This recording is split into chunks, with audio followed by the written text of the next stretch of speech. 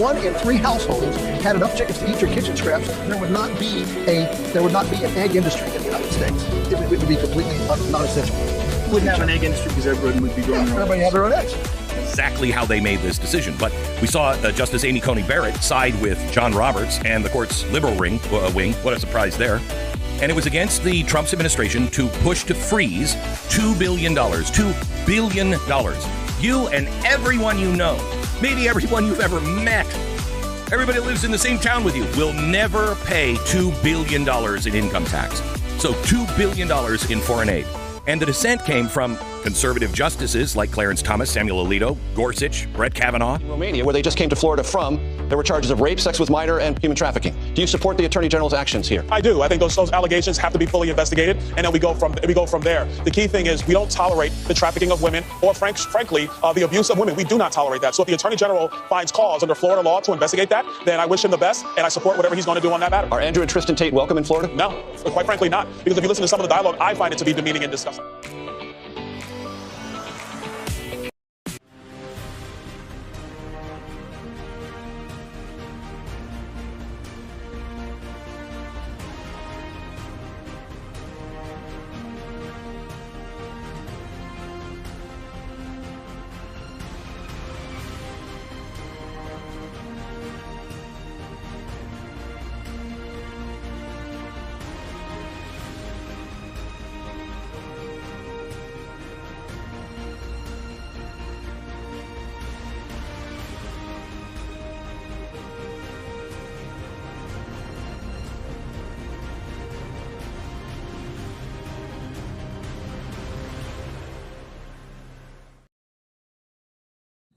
Hey guys, welcome back to Resistance Chicks. We're your hosts, Leah and Michelle.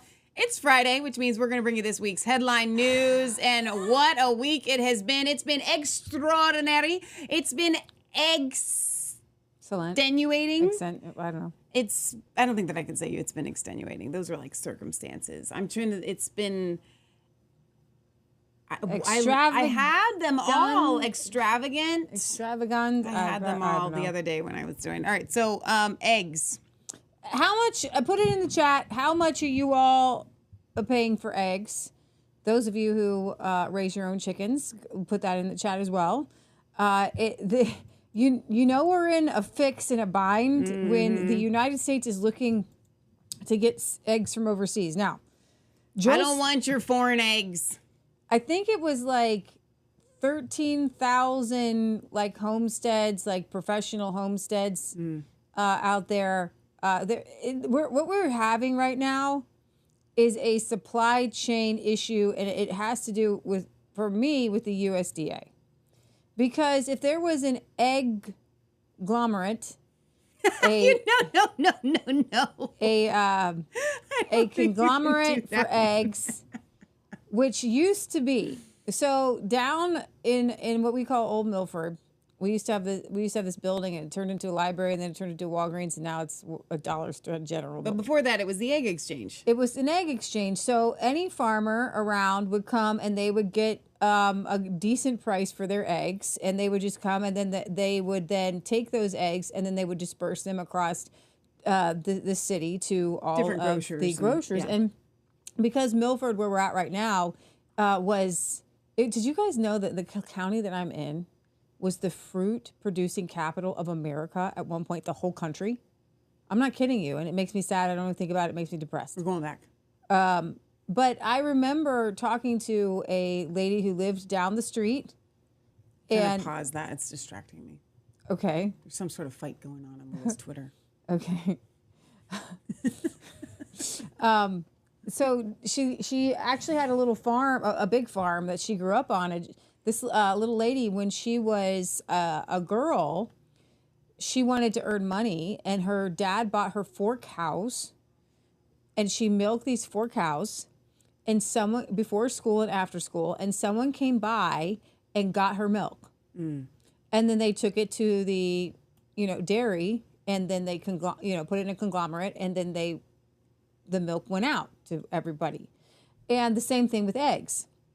You would take your eggs down to the egg exchange, because this was a rural area, and then the eggs would go out to the city folk and things like that. we still have enough small farms to get a majority of people eggs. There are a lot of people who are going, who have a surplus.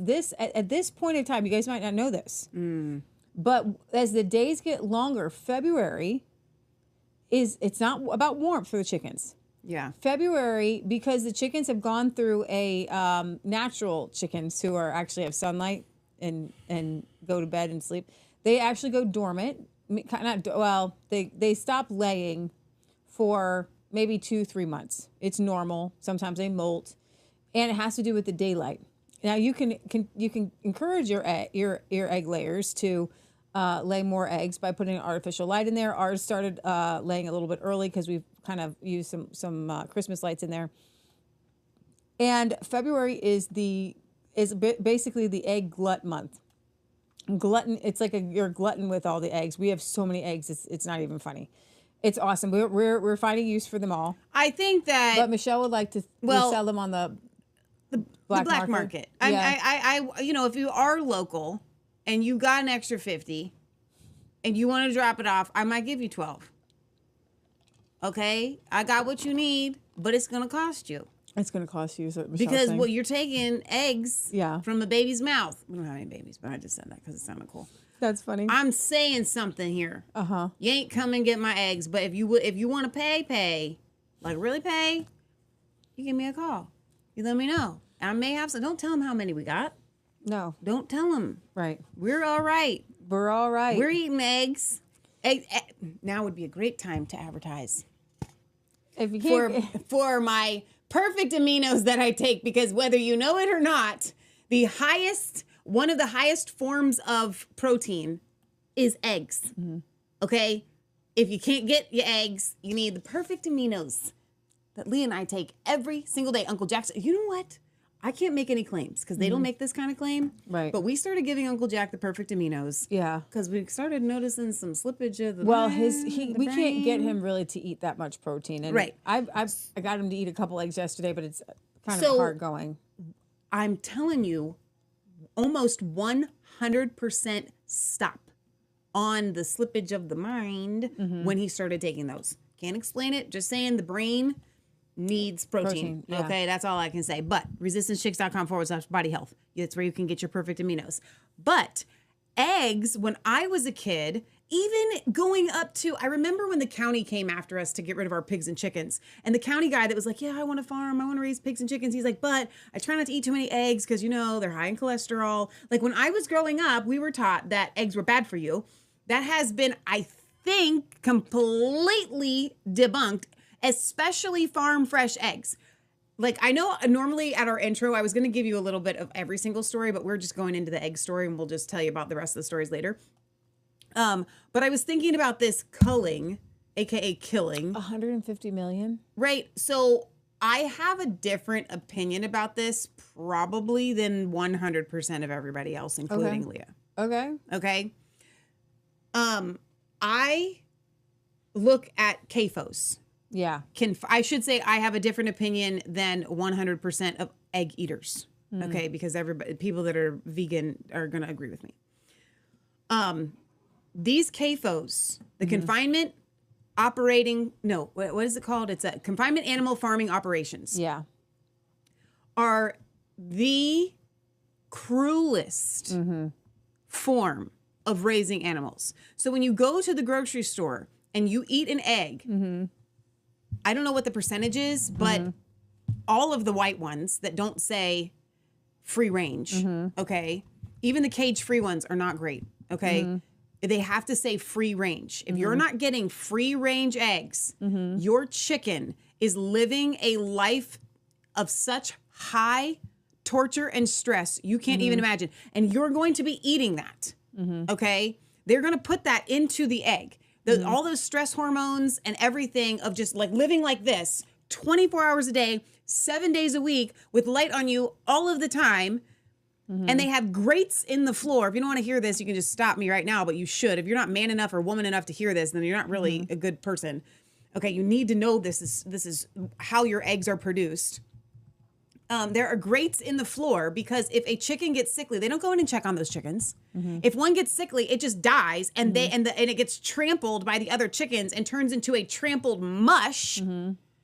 Okay, now that is more or less the way that the meat birds are raised that are raised for meat. But the other ones, if they're going to be laying an egg, they're in a cage. They're in a cage that they can it's barely big enough for one chicken to turn around in. And they live in that cage 24 hours a day, 7 days a week. They never get to move. It makes me so angry. I want to go like bomb one. I won't. FBI, CIA. Okay. I'm going to say this. The culling of 150, how many million? Million. Of those birds was mercy. Okay? Wow. It was mercy. And y'all don't get your eggs. Okay? If you're buying those eggs, I'm sorry, you don't deserve them. Like you don't. Okay? And we've been there. And I would say that about myself when we used to buy them as well. Okay? You do without eggs before you get eggs where the chicken is raised in a cage that it can barely turn around in for 24 hours a day, 7 days a week for its entire life. Okay? I'm not trying to be some PETA person. That's God's creation, and it makes me angry. And so when they told me that they culled 150 birds, 150 million birds, every portion of those birds that got culled that was in that situation was mercy. Wow. God bless those chickens, like seriously, for being put out of their misery. Okay? So now that they've been culled, I believe that God is going to use this to awaken people to stop getting their eggs from CAFO farms. Now you need to graduate that to your meat. Okay? I hear this all the time, and I'm sorry I'm on a rant. If you don't like my rant, watch somebody else's show. I hear this all the time from people. Lee and Michelle, like, I know that you raise chickens for meat, but like, I could never kill like an animal that I raised. Do you eat chicken? Like, if you don't eat chicken, that's fine. Like, respect.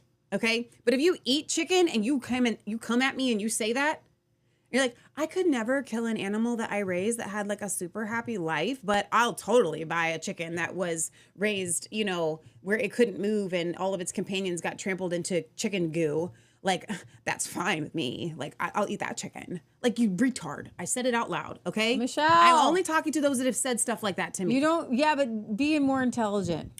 That was you not using your full intelligence. I have lost patience for people who do not want to have connection with their food, and they are willing to eat animals. Okay, if you want to be a vegan, Like I said, I'll respect you. I mean, you may die early because you ain't getting enough nutrients, but like whatever. But the people that are saying, I want to eat meat, I want to eat dairy, I want to eat eggs, but I don't want to have anything to do with that process because I'm just not made for it. I'm just not designed for it. You are brainwashed. You are sick in the head. Okay? Like, you are broken as a human being. Just admit it. Like, I'm broken. I am totally broken, and ask God to heal you. But you would rather have the cruelty of animals, okay, unless there is the caveat, there is the in-between, where there's the people that, like, I can't raise my own animals, and I disagree, so I'm going to get them from ethically sourced farms. Y'all people are okay. Okay, I'm going to give all y'all a pass. But the people that are still buying from the grocery store, there's one more caveat. The single mom and the poor people that literally cannot afford anything else. Especially if you're living in an apartment or... Okay. No, your apartment doesn't have it. You can live in an apartment and have plenty of money to buy ethically sourced if you're, food. like, if you are a poor person and you cannot afford to, like, those are your two caveats. But there's a vast majority of people out there, a lot of my family members included, right, who could afford to get ethically sourced animals or have the land to raise their own, and they don't. Okay, can we give them some videos so they can kind of see what you're talking about? Because, like, we're going to do CAFOs? Just bring up all my tabs. I have here. all your tabs, but if you've brought up new videos. I did. So maybe just close it down and start it all over again. That's always an extra effort, but I will do it for you. Well, I just brought up the more CAFO stuff so that people could see it. All right, it's going to take me a few minutes and a lot of glitches, but I'll get there. Michelle, calm down. I am calm. You have to understand, this is one of my isms with people with the cruelty of these animals, and then they want to defend it. Okay. So we're gonna be glitching for the next 2 or 3 minutes. In Jesus' name, we won't. But because of all these YouTubes that Leah had me bring up, it's gonna take a second. So I want to start with, when you do get it up, this little Reddit clip with Joel Salatin and Joe Rogan. The one I used for the intro. Yeah. Okay. Mm-hmm. Because guys, we can fix this. I actually went on Kroger today. I have never seen. Their cheapest eggs are $5.81 a dozen. Other people are like, we'll get to they did. You asked it in the chat. Other people were giving their prices, and we'll read those in a second. And then when I saw like some of these like cage free, like when you see cage free, that does not mean that these are healthy or happy raised chickens. It just means that they're sitting and standing in their own poop in a building. Okay, free range usually means that they're outside on grass, but it has to be free range. I'm ready for this in order video. to. Okay, so I want to play this. Why everyone should have backyard chickens. 1 second. Oh shoot! We lost something. Hang on. Like I said, I had all this queued up and ready to go, but if I had to bring up Leah's new window, it's just going to take me 1 second. I'm sorry, guys.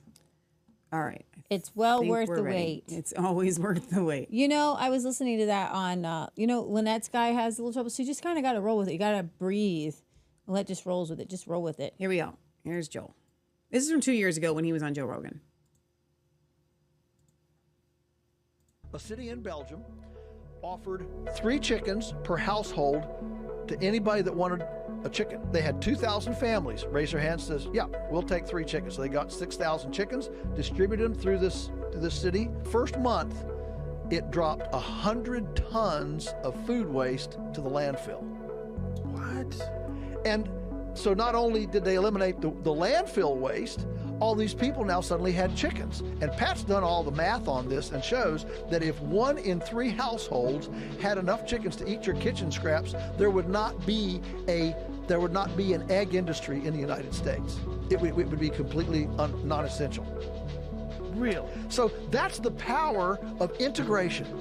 That's the power of proximate, of actual putting stuff close, So they wouldn't have an egg industry because everyone would be growing their own everybody eggs. have their own eggs. And then what he was also saying was that you're going to have more than enough. So you're going to be sharing with your neighbors. Not only that, but the start of that clip, if you missed it, because I was actually confused the first time I listened to it when he said it dropped. Was it 3 tons of waste? 100 tons of food waste. Meaning it reduced, would it be a better word? Because I was like, where'd you drop it? That's what I was thinking. But it reduced waste. Why? Because we do not ever, I'm going to be honest, aside from maybe like chicken bones, which if you're at Joel Salatin's farm, even chicken bones get composted. All bones get composted, but aside from actual bones, pigs and chickens, 100% of food at our house that would otherwise or has in the past been thrown away. It's too weird to even think the pigs about. And chickens. It's too weird because even before that, it went into our compost. Like, do you remember when? Raise your hand. I remember throwing food away. Okay, so raise your hand if you have ever. That's Charlie upstairs. If you've ever taken a trash bag out of the trash can and it's got like yuck in there and it like drips and you're like, oh shoot, like it gets like a hole in it or something like that never happens at our house. Why? Because there's never food in our trash. You know what I love? When people come to our house and they ask us where the compost is. Yeah, exactly. But you know what's so interesting? So you can compost, other types of foods. When I think of compost, I think of like vegetable scraps or whatever. You can compost any kind of food, like, whatever it is, even meats. I will say the only thing that we put away is anything pork gets tossed. That's not true, actually, because... But not anything, but a lot of things. I will take it and give it to the chickens. We don't give it to the pigs. But a lot of times, yeah, but we if make sure that something that gets tossed, that would be it. We do make sure that the chicken door is closed so that dogs that come and stay at our house don't get in there and eat it. We are a little bit, yeah. But what I'm getting at is... we are able to recycle foods that other people wouldn't even compost. Like, let's say you compost, right? There's going to be foods that you're just not going to compost, right? Because you're not going to want to, whatever it is that you don't want to, like some people don't want to compost meats or, you know, whatever. Like every single bit of food gets recycled all the way down to, very interestingly enough, you guys may not know that we do this. We take our eggshells. They don't go into a compost. We don't even compost anymore. They don't go into the compost. We bake them for just a little bit whenever we're cooking something else to kind of cook any of the eggy stuff off of it. And then it goes back to the chickens, because if you have chickens and they are, you know, maybe not laying as much, or they're starting to molt, or a whole host of other things, a lot of times they're low on calcium and they need calcium. And where do they get their calcium? You can buy oyster shell, or you can give them their eggshells back. So I'm just saying, like, nothing goes to waste on our property. Yeah. So I want to just pop through some of these videos that I have up here. So the first one is the Food Inc. trailer. This is what it was kind of like my messianic moment where I was told by the God Almighty that it was like the sin of the nation. I began to see it with the CAFO farms. I had no idea. I didn't even know about how chickens were raised.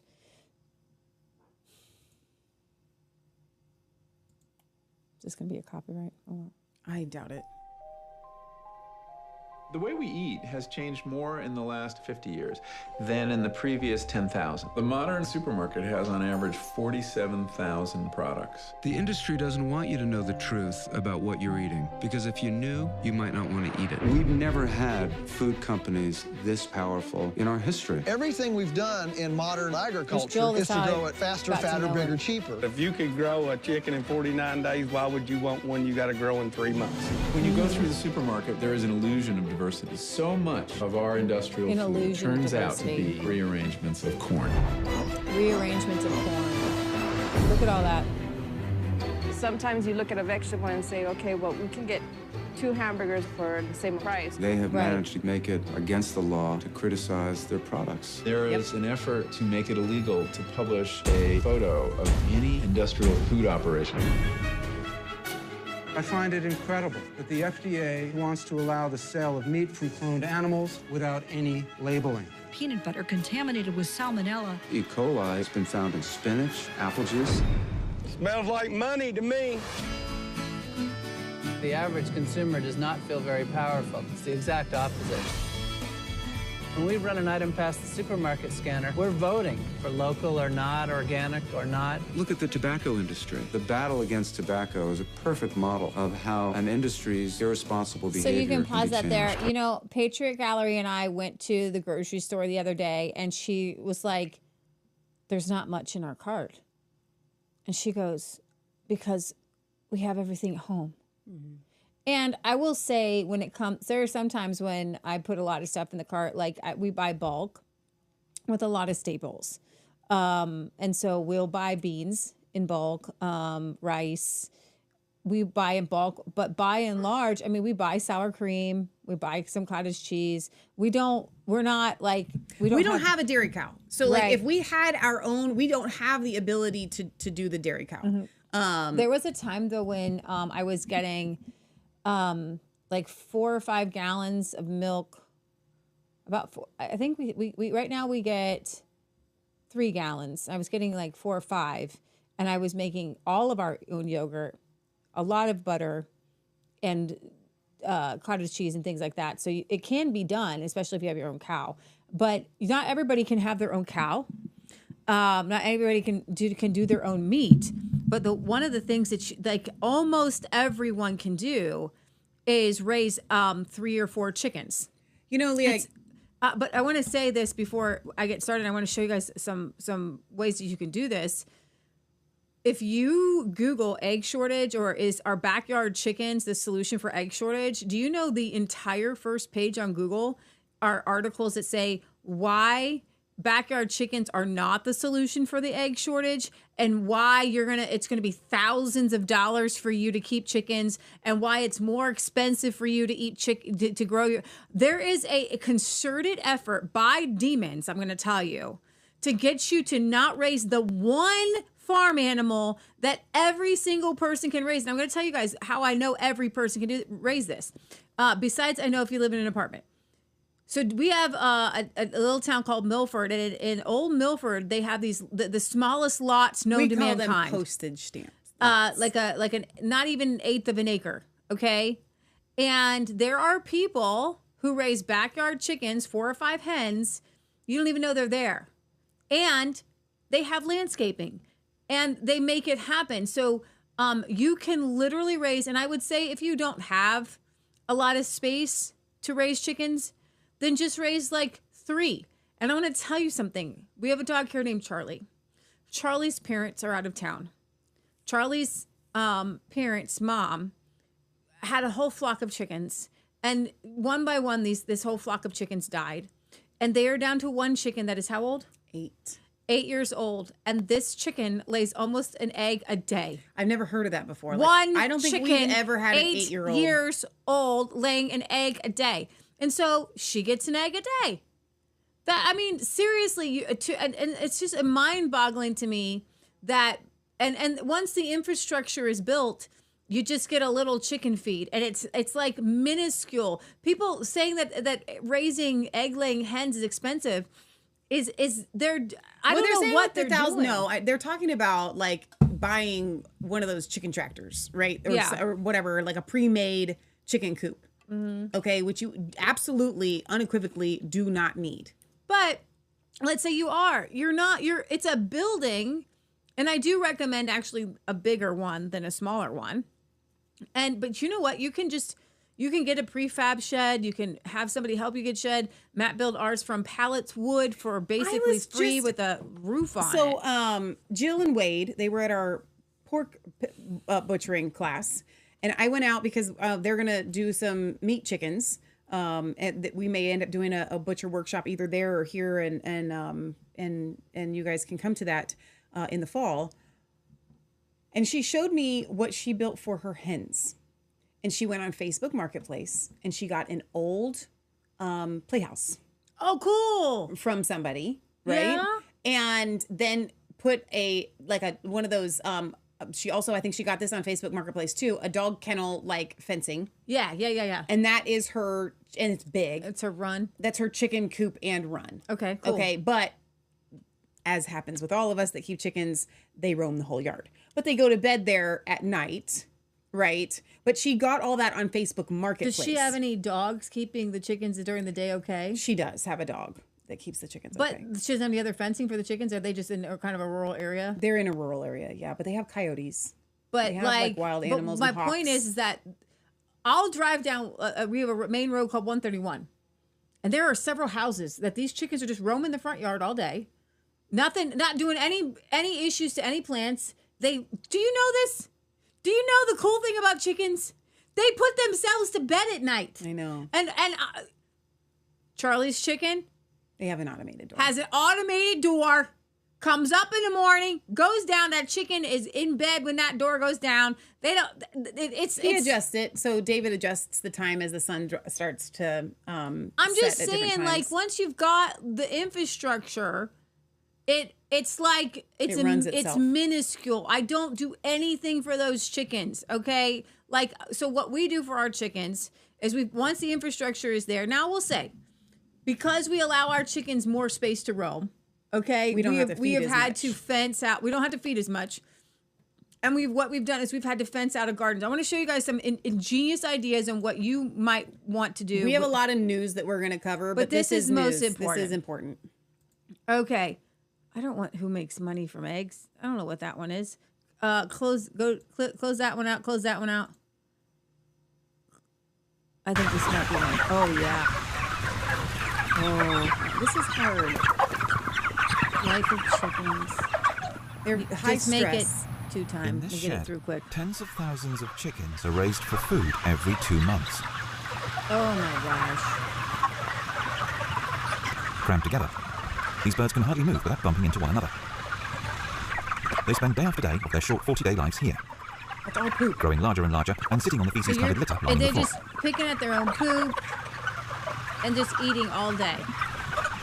Take this chicken, whose skin injuries are likely a result of sitting on this litter all day. Jeez. Okay, they saw enough. I can't watch anymore. That's your Tyson chicken? Yep. Hey, guess what? You know what other chickens raise just like that? Chick-fil-A. Yep. Chick-fil-A has not done anything to do pasture-raised The chicken. UK did some experiments. They found This video. Every time I try to the scroll UK down. did some experiments. There They you go. found that if a chicken eats 2 fresh no, blades she's of good. grass a day, 2 blades of fresh grass a day, she doesn't get avian influenza. Listen. All right? Well, ours are eating way more than 2 blades. The UK did some experiments. They found that if a chicken eats 2 fresh blades of grass a day, 2 blades of fresh grass a day, she doesn't get avian influenza. All right? Well, ours are eating way more than 2 So blades. you can pause that. The So this is UK Joel did- Salatin, where his chickens are. They're saying that 2 blades of grass a day will keep your chicken from getting the bird flu that they needed to cull 154.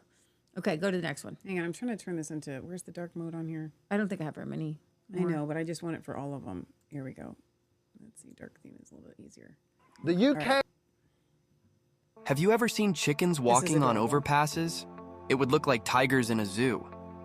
Instead So of if letting you're them roam freely trying to on keep lush your green chickens out from your grass, garden- people have designed galvanized iron mesh tunnels for them to move around. This The seems a bit- innovation you're seeing is called a chicken tunnel, with one end channel. directly connected to the chicken coop. This design not only prevents the chickens from wandering around and damaging crops, but also protects them from predators. To save space, some farms have even elevated these chicken tunnels. Yes, you could. They're good Compared to ideas. traditional chicken farming, You could do chickens that it. run back and forth in the tunnel daily develop firmer muscles and tastier, chewier meat. There's also an upgraded version of the chicken tunnel. Yeah, baby. This circular chicken cage not only allows the chickens to run freely, but also helps them avoid sudden attacks from eagles, as shown in the video. Ooh, So, that's pretty if you're dreaming of raising chickens in the countryside, So there's try applying another these smart idea. innovations. People look at that. Who I'm just knows, saying you they've might got like become 10 or 12 chickens that get to roam and they have a pool and like no backyard. Mm-hmm. Okay, it can be done. 100%. And the joy that is brought here. Hang on, I'll unmute it. And here's how it looks when you feed meat chickens. So meat chickens versus egg layers. Ooh, they get a little crazy. They definitely get crazy. But he's got his in his Just chicken. a tad bit crazier. Chicken This is how it tractor. looks when you feed egg-laying chickens. Egg-laying chickens. All right. All right, so here's the guy here's how who's it really got it going on.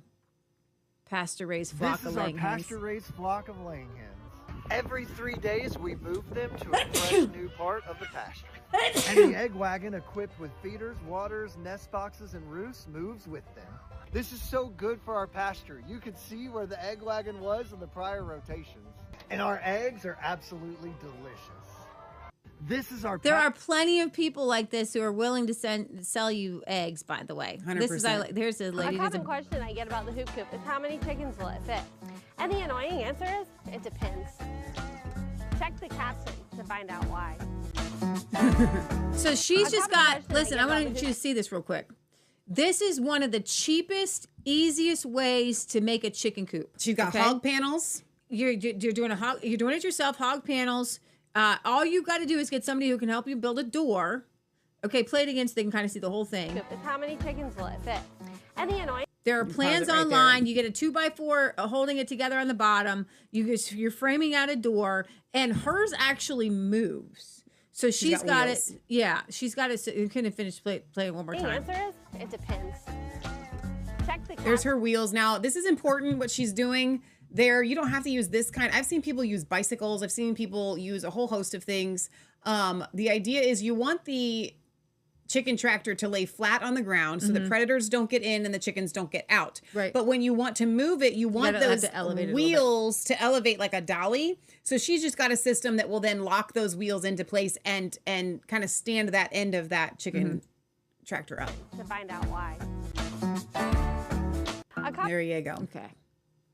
Cool idea right there. I like that one. Can you Oh, dear imagine dying just 42 days after Bred to being suffer. born? I can't.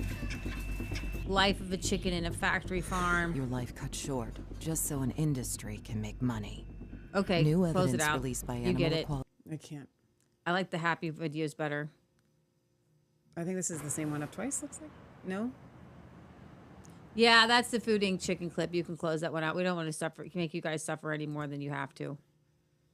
Okay, I just wanted to encourage you guys that you can raise your own, and you should. And just when Joel Salatin had said that in a city in Berlin, a community in Berlin gave every home in the city, 3 chickens. Okay, with 3 chickens, you don't need big infrastructure. No, you don't need a lot at all with 3 chickens. Okay, and what you also can do is just let them out for a little bit. So the story to be told here. The story to be told here is that egg prices are astronomically out of control. I want to go back to earlier. You had asked about the. Here's the Zero Hedge article. One moment. I want to go back to the comments because you had asked everybody how much they are paying. Yeah. And a couple of people had answered. Now, Barry, you don't count, but your answer is helpful. Barry's in the UK and he spends £8 for 30 eggs a month in the UK. Kimberly Benzel says, I pay $3 or $4 per dozen, depending on who I get them from. 3 local people. So those are local prices. Yeah. I don't know if any of you guys are, especially since my rant that started off the show, want to admit that you're getting them from the grocery store. Please forgive me. I got a little passionate. Yes, you can feed chickens rice, but it needs to be cooked. Jim says, usually $5 a dozen, but I was at a convenience store, a good one, and I paid $10 for a dozen. Wow. That's helpful. Jim's on the East Coast. Let me see over on anywhere else. Let me check YouTube. All right. Stuart the Brit says 6 times $1.60, a pound and 60 pence for eggs. So for 6 of them, I think. So that's helpful. Leah to Michelle, know. Everywhere I travel around Wales, there are small holdings that have signs outside saying fresh eggs for sale that are everywhere. This is what we need. This is what we need. And especially in Wales, because chickens are like legit the easiest animal. And one of the things that Joel Salatin says, and I thought I had this video up, where he's talking about how easy it is to raise chickens. And the reason why it's so easy to raise chickens is they're good with kids. Every kid can start, raising chickens. And kids love raising chickens, by the way. I want to see if I can't find I don't see where I played that video from Jill, but I've got another one up I want to play for you guys. This one is just kind of an interesting clip where there's some country music stars. I think they're country music stars. I'm not sure. But they have a thing called a one-room schoolhouse. And they teach kids how to garden. And Joel went there to see. So I wanted to bring this to you guys. This is a really great educational experience for kids.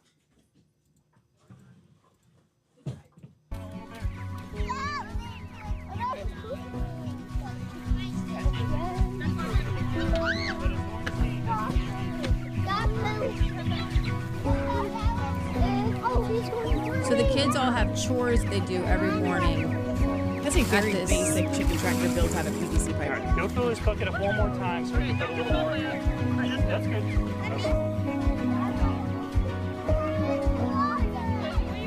So can I just pause this real quick, Leah? Yeah. Mm-hmm. So you talked about postage stamps properties, but a lot of people, if you have a riding lawnmower, you have enough property to do this. Why not churches? Why don't every church? Why isn't every church doing chicken tractors? Every single church in America could be running chicken tractors and have enough eggs and meat for their entire church. Exactly. Especially meat birds who they're not as smart and loving that you want them to be able to roam, and you can do them in these tractors and just move them every day, and it's actually fertilizer.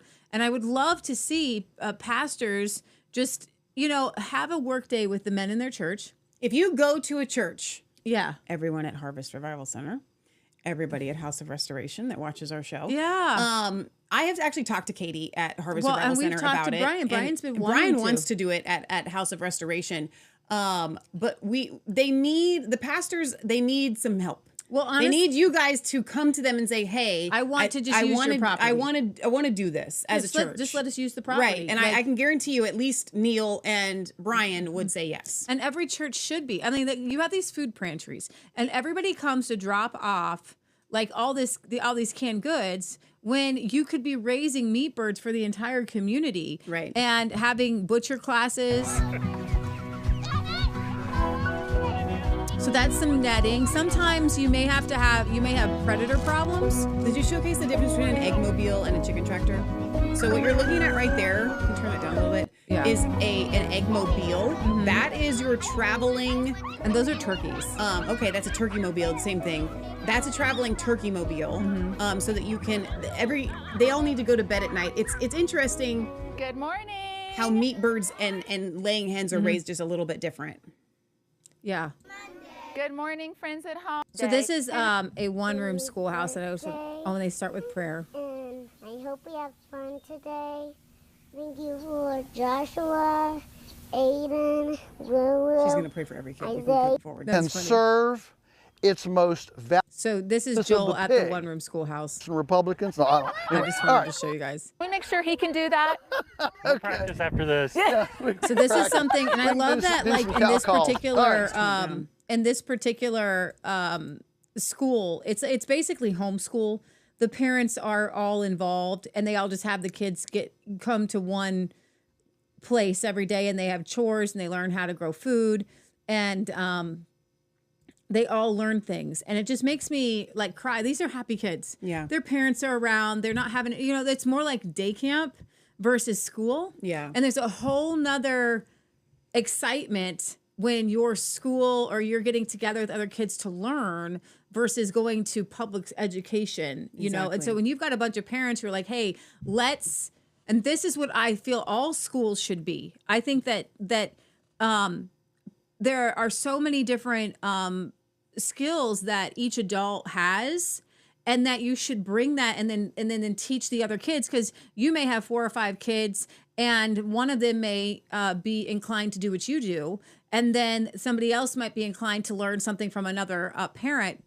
And I absolutely love that. And so I think that when we need to be more, and I want to change our mindset. So it's about a change of a mindset to be more community-based, and community-based is back to the earth. Amen. And what I would say to a Donald Trump, okay, the most ridiculous thing in the world is to try to be sourcing eggs from other countries when America is the most fertile land, almost in some of the most fertile land in the entire world. Where's the Mayha movement, though?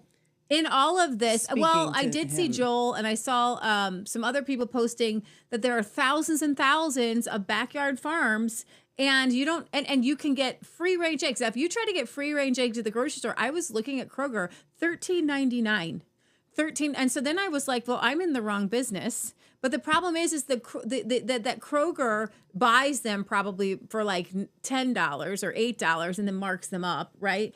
And then, if you go to the local farmer, you're going to get them cheaper. Now, our Amish right now are inundated. They have a ton of eggs. You can go out to Hillsborough and just take a country drive, and there will be people with signs that say eggs available, eggs available, eggs available. And do not shy away from $5 a dozen is a decent price. It's a good price. It's worth it, okay? I know that you're used to paying like $1 or $2 a dozen, but that's the CAFO price, okay? So when somebody is, it's definitely worth $5 a dozen is a decent price. But I will tell you, there's a lot of farmers that will still, 10 years ago, they were selling them for $3 a dozen, and now they're still selling them for $3 a dozen. But with inflation, $5 a dozen is a good price for eggs, and you should go look, and you should offer $5 a dozen to and get as many as you can at that price. So I want to just round off that segment by saying this, because sometimes I give these rants and then I feel bad, but don't feel bad. For all of you out there, I think every state has Amish people. And I think that every state has Amish people within like an hour or 2 drive. Okay. So as far as Michelle and Leah, I can't afford good local produce and meats. Mm-hmm. You have to look for where it is that you can afford it, because it exists. Okay. We went out, and when we go out to the Amish, we just stock up on produce because it's so cheap, because they grow it and it's so much. Right. So yes, go to your local farmers markets, but unfortunately, sometimes when those are in the big cities, they are upcharging because they're selling to a niche market of, you know, rich people. So, but you have to, if you go out to the country, you can get really good local produce. You just have to go for it. BT Farm Board says chickens, like pigs, are great food scrap consumers. Also in Vermont, with law against food scraps into garbage. Hi, Willie. It's been a minute. Where really? you been? You have a law against food scraps in the garbage? That's crazy. That's awesome. I don't know that it should be a law, but it's. I like the sentiment behind it. Even some large composters keep chickens to help manage the food waste issues. It seems like the Amish are better to go to for more organic, fresh eggs. Yes, absolutely. So that's the big news. There's an egg apocalypse. I understand that things are expensive. I understand everything is expensive right now. And, you know, I honestly just love spending time watching your videos over in Wales on how you guys just still do life the way it's supposed to be, the way God intended it to be. And just having a few chickens just roaming wherever you're at is not a big deal. Just let them roam. And I encourage you all to look into it. Now, you can go big or you can go small. You can do the whole chicken channel over your pool type thing. You know, you just get creative. There are so many ideas online. And actually, let me tell you something. Just the idea of doing things like this gets your brain working and gets you excited. Like, think of it like every single project that we do, every single thing that we take on, every time I'm going to learn something new, like Mom opened up a jar today and she goes, "What's this?" And I was like, "Oh, those are ginger that we grew." Hallelujah.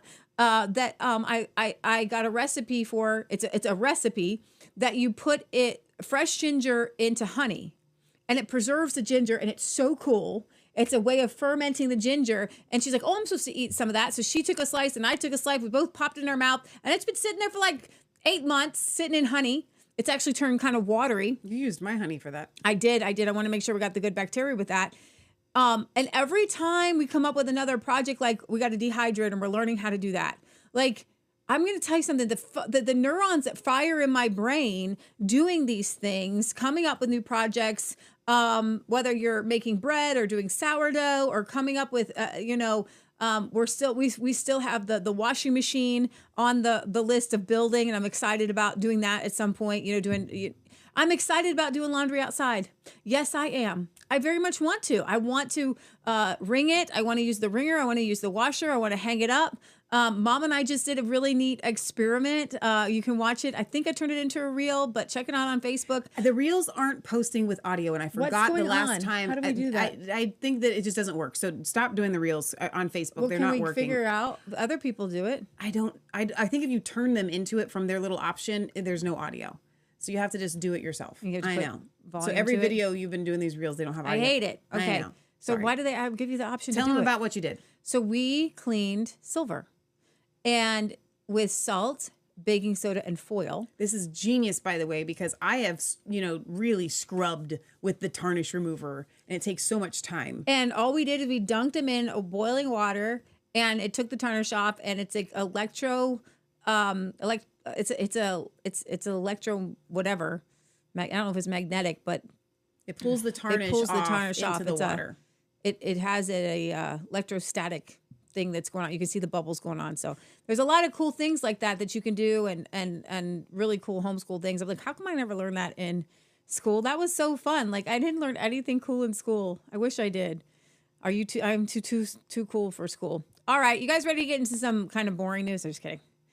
DHS ends TSA collective bargaining after bombshell finding of more full-time union workers in airport screeners. So the Department of Homeland Security, the DHS, is ending collective bargaining, so unions, for the transportation security officers, the TSA. The report said the TSA has more people doing full-time union work versus actually performing actual screening functions at 86% of airports. Put another way, 374 out of 432 federalized airports have fewer than 200 TSA officers to perform screening functions, while the rest are paid by the government to work full-time on the union matters, just keeping the union going. Wow. And do not retain certification to perform screening. So what's more, the DHS cited a recent TSA employee survey that found over 60% of poor performers were allowed to stay employed and, not surprisingly, continued not to perform because of the union. So thanks to the DHS Secretary Noem, the Transportation Secretary officers will no longer lose their hard-earned dollars to a union that does not represent them. So we'll see where that goes. Trump says he's considering revoking protected status for Ukrainians in the U.S. Early yesterday, I think, Reuters reports that the Trump administration was moving to revoke temporary protected status for 240,000 Ukrainians that are hanging out here in the United States. We're not looking to hurt anybody, and we're certainly not looking to hurt them. And I'm looking at that, and there were some people that think that's appropriate, and some people don't, and I'll be making a pretty big decision soon. In January, the Biden administration said it was extending temporary protected status for Ukrainians until October of 2026.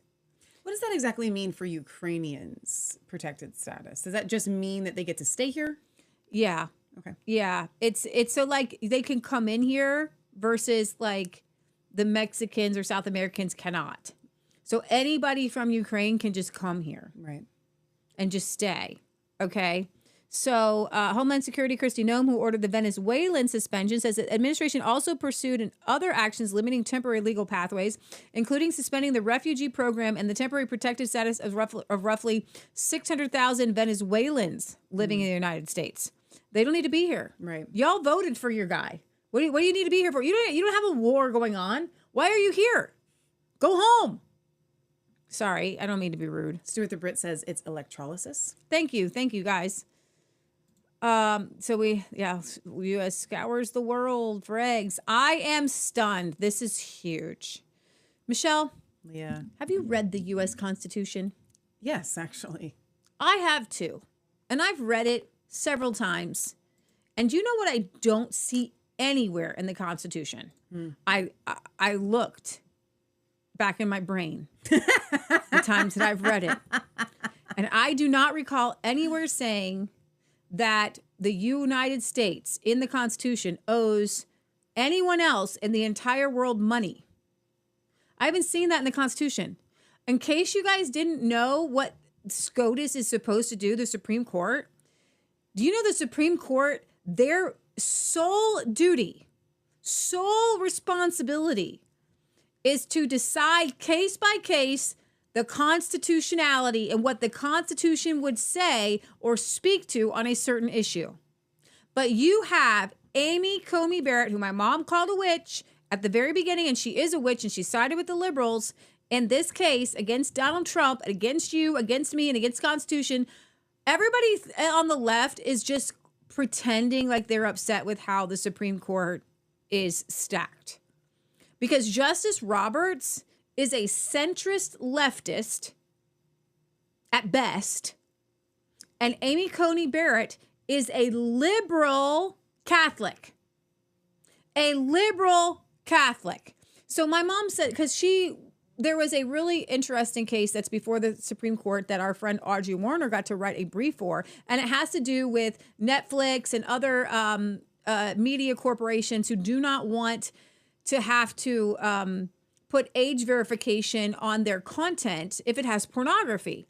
And she even said that someone was giving a speech and says, who's for pornography for people under 18? And the lawyers for that particular case, for the Netflix and all those different media conglomerates, I think Pornhub, said, we do. We're for it. These people are sick. They're pedophiles. Okay? So Amy Coney Barrett said that she is struggling, even as a parent, to keep pornography away from her children. She says it's everywhere. It's ubiquitous. And my mom had said, when it comes to somebody like, Amy Coney Barrett, that there is some good in a lot of bad people. Like, she does want to protect her own children from pornography, even though she may be abusing children. But she may say, I don't know that for a fact. I'm just saying that you can still have some good, even though you're bad. And many of her decisions have been so atrociously bad, and for the left, including vaccine mandates and censorship and things that you would think that she promised that she would she would uphold things according to the Constitution. She has not. She's a liar. And this is the problem with, number one, trusting Mitch McConnell. Number two, putting in people because Trump's like, I want to get somebody in there who's super young so that they can make great decisions for a very long time. Do you know what happens to most of these Supreme Court justices? They actually get more lefty over time. And we were promised with Kavanaugh that we would get somebody in there in the vein of Justice Scalia. And we've got Alito and Thomas. And that's about it. Okay? Alito and Thomas. You might get a Gorsuch in there with you at some points, but we do not we do not have a conservative or a right-wing or Republican SCOTUS whatsoever. It is a left-wing SCOTUS, and the swing votes in the center are Amy Coney Barrett and Roberts. And in a 5-4 vote, the U.S. Supreme Court refused to bolster Donald Trump's foreign aid freeze, reinstating a lower court order that requires a quick disbursement of as much as $2 billion owed to contractors for already completed work. Over 4 dissents, the justices rejected Trump's request to toss out the trial court order, which affects money owed by the U.S. Agency for International Development and State Department. The dissents by Alito, Thomas, Gorsuch, and Kavanaugh were extremely strongly worded. Does a single district court judge who likely lacks jurisdiction have the unchecked power to compel the government of the United States to pay out and probably lose forever $2 billion taxpayer dollars? The answer to that question should be, with an emphasis, no. But a majority of this court apparently thinks otherwise. I am stunned. So I believe this was from yesterday. So Thursday, the court makes a most unfortunate misstep that rewards an act of judicial hubris and imposes a $2 billion penalty on the American taxpayers.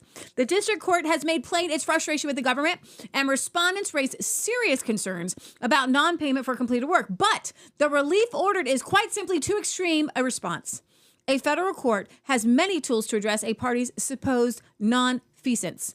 Self-aggrandizement of its jurisdiction is not one of them. I could chart a different path than the court does today, so I must respectfully dissent. Chief Justices Roberts and Barrett sided with the liberal members of the court. The decision only affects completed work, not future freezes. The ruling compels the government to release funds for work that has already been completed before February 13th, 2025. However, it does not block the administration from continuing to pause or cut future foreign assistance. So the court ruling forces immediate payment of $2 billion for completed work, but does not prevent broader U.S. aid cuts. Future freezes and funding pauses are still possible, but may face legal challenges. The ruling does not permanently restore funding, but it creates a legal pathway for future lawsuits. And Trump's broader foreign aid policy remains largely intact. And Jonathan Turley says, the key here is that this was a controversial move to review a TRO, which is generally not reviewable. What is clear is that there are 4 justices who were still prepared to do so and would obviously be likely to grant review in the next round. The next round would come after the hearing on the preliminary injunction, which is scheduled for March, which was yesterday. It can then be appealed to these awaiting justices. Only 4 are needed to grant a review. So there could be that. So I do have a couple videos on this. So let's go ahead and play Charlie Kirk and Laura Ingraham here. Someone's been documenting all of this, along with what DOGE has been doing, is Charlie Kirk, founder of the great Turning Point USA. Charlie, now, to enshrine these DOGE cuts, which are going to continue to be, racked up, they're going to continue their list building, Congress needs to get involved here. So what's your message to the GOP that's always reluctant to really go after the spending? They have to go after all the waste that Elon has rightfully identified. The president has a mandate given to him by the American people that they want to shrink the size of government and that we want to make government more efficient so that we can spend money on necessary things like securing the border and taking care of our veterans. Also, very important, though, that if we are serious about making sure that DOGE is going to be successful, Senate Republicans need to adopt a new litmus test for all new Supreme Court nominees and judges. In a post-Dobbs world, the litmus test must be, do you think that a judge far disconnected from D.C., a circuit court judge can have a nationwide sweeping national injunction and get in the way of the executive branch. This needs to be a new litmus test because, as you mentioned, that is the buried lead of this disappointing, albeit very narrow, Supreme Court decision, is that Alito was writing in his scathing dissent, are we going to give this much power where the judges are basically able to usurp the Article 2 authority of the executive branch? So I hope that Congress steps up on the cuts and Senate Republicans realize there's a disturbing trend to run out the clock on this administration, to have these judges to be able to have a pocket veto against President Trump's mandate given to him by the American people. Yeah, so you have these district court judges, usually, Charlie, selected in areas where they know there's a disproportionate number of Democrat appointees. So they'll go to the First Circuit, go to Boston or Connecticut or D.C. or out in the Pacific Northwest, and they'll find a friendly judge, and then that judge says, okay, the president has no authority. I mean, that's just ludicrous. So the administration has to go directly to the Supreme Court on that question, and there's a process for doing that. But the DOJ and the Solicitor General's office has to push against these nationwide injunctions, because I think that's really going to be the only weapon in the first 2 years that the Democrats can deploy here. It's the only weapon, and it is the strategy of trying to run out the clock. They're trying to flood the zone with so many nationwide injunctions that the Supreme Court cannot practically actually be able to rule on all of these cases. If there's 100 or 200 sweeping nationwide injunctions, maybe half of them will end up being heard by the U.S. Supreme Court. This is a run-out-the-clock strategy that they tried during the first Trump administration. And so Senate Republicans, they need to get very wise about the new litmus test when they ask these new judges that come up for hearing, do you believe that this is okay? Clarence Thomas in 2018 wrote brilliantly. He said the idea of a nationwide sweeping injunction did not exist for the first 150 years of this republic. And the idea that a district court judge can repeatedly be able to undermine and basically that the president does not have the authority to execute the laws, this is a constitutional crisis, to use a term that our friends on the left always use. If we are not serious about getting this straight, it undermines the president's daily constitutional authority. Well, given this the ruling, again, this is a temporary ruling. There was no decision published. But given this, what we saw today, I'm not convinced they'll rule the right way on the nationwide injunctions, but perhaps they will. I mean, John Roberts usually is a Article 2 guy, so we'll see how that all plays out. Charlie, as always, great to see you tonight. Yeah. So, yeah, this is where I think we need to understand that the Constitution is set up so that Donald Trump, when he is making an executive order, and if the United States does not want to fulfill contracts, then he's a president of the United States. Let's see what Glenn Beck has to say. The Supreme Court decision on restoring USA funding. I think this is grotesque, but it's a conversation that we need to have.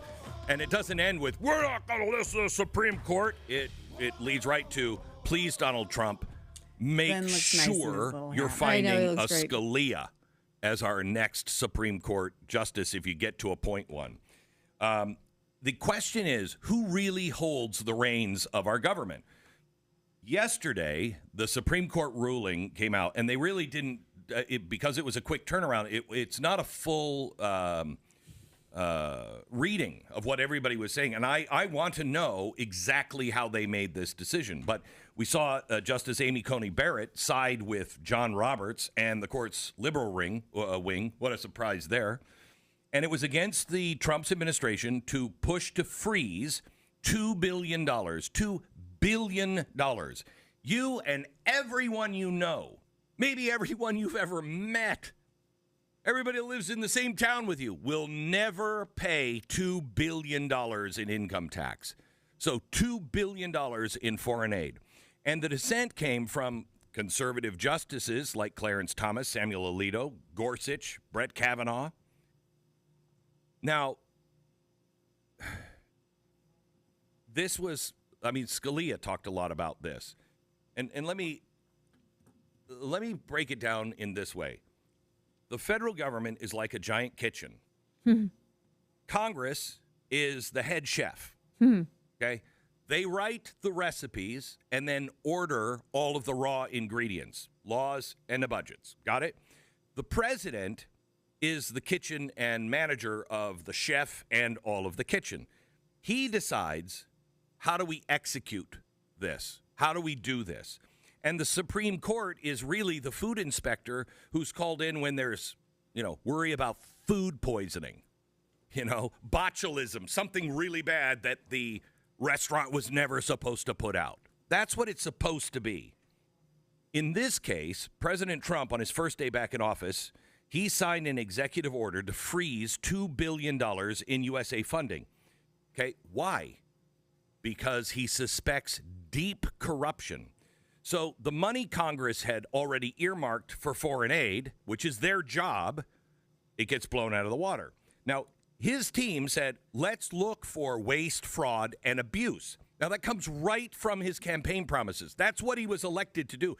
He was very clear about DOGE. The nonprofit groups sued, and a lower court judge ordered the funds to be unblocked. And in the Supreme Court yesterday, 5-4 split, they upheld that order. Now, what? The ruling said, basically, you can't just hit pause on Congress, okay? They've come up with a recipe. They've ordered all of the goods unless the law explicitly lets you, the president. Now, I think it does, but, and really, so does Thomas and Alito and Gorsuch and Kavanaugh. They said, he's the administrator. He's the one. He's the one to say, no, wait.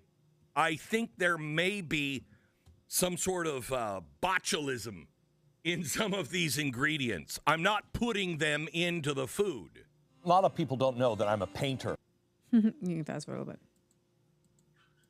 The laws, faithfully executing the laws. Amy Coney Barrett, Trump appointee from last time, surprised a lot of people, me not so much. She didn't write a separate opinion here, but her vote suggests a real narrow view of executive power that I don't think the founders ever really saw this as.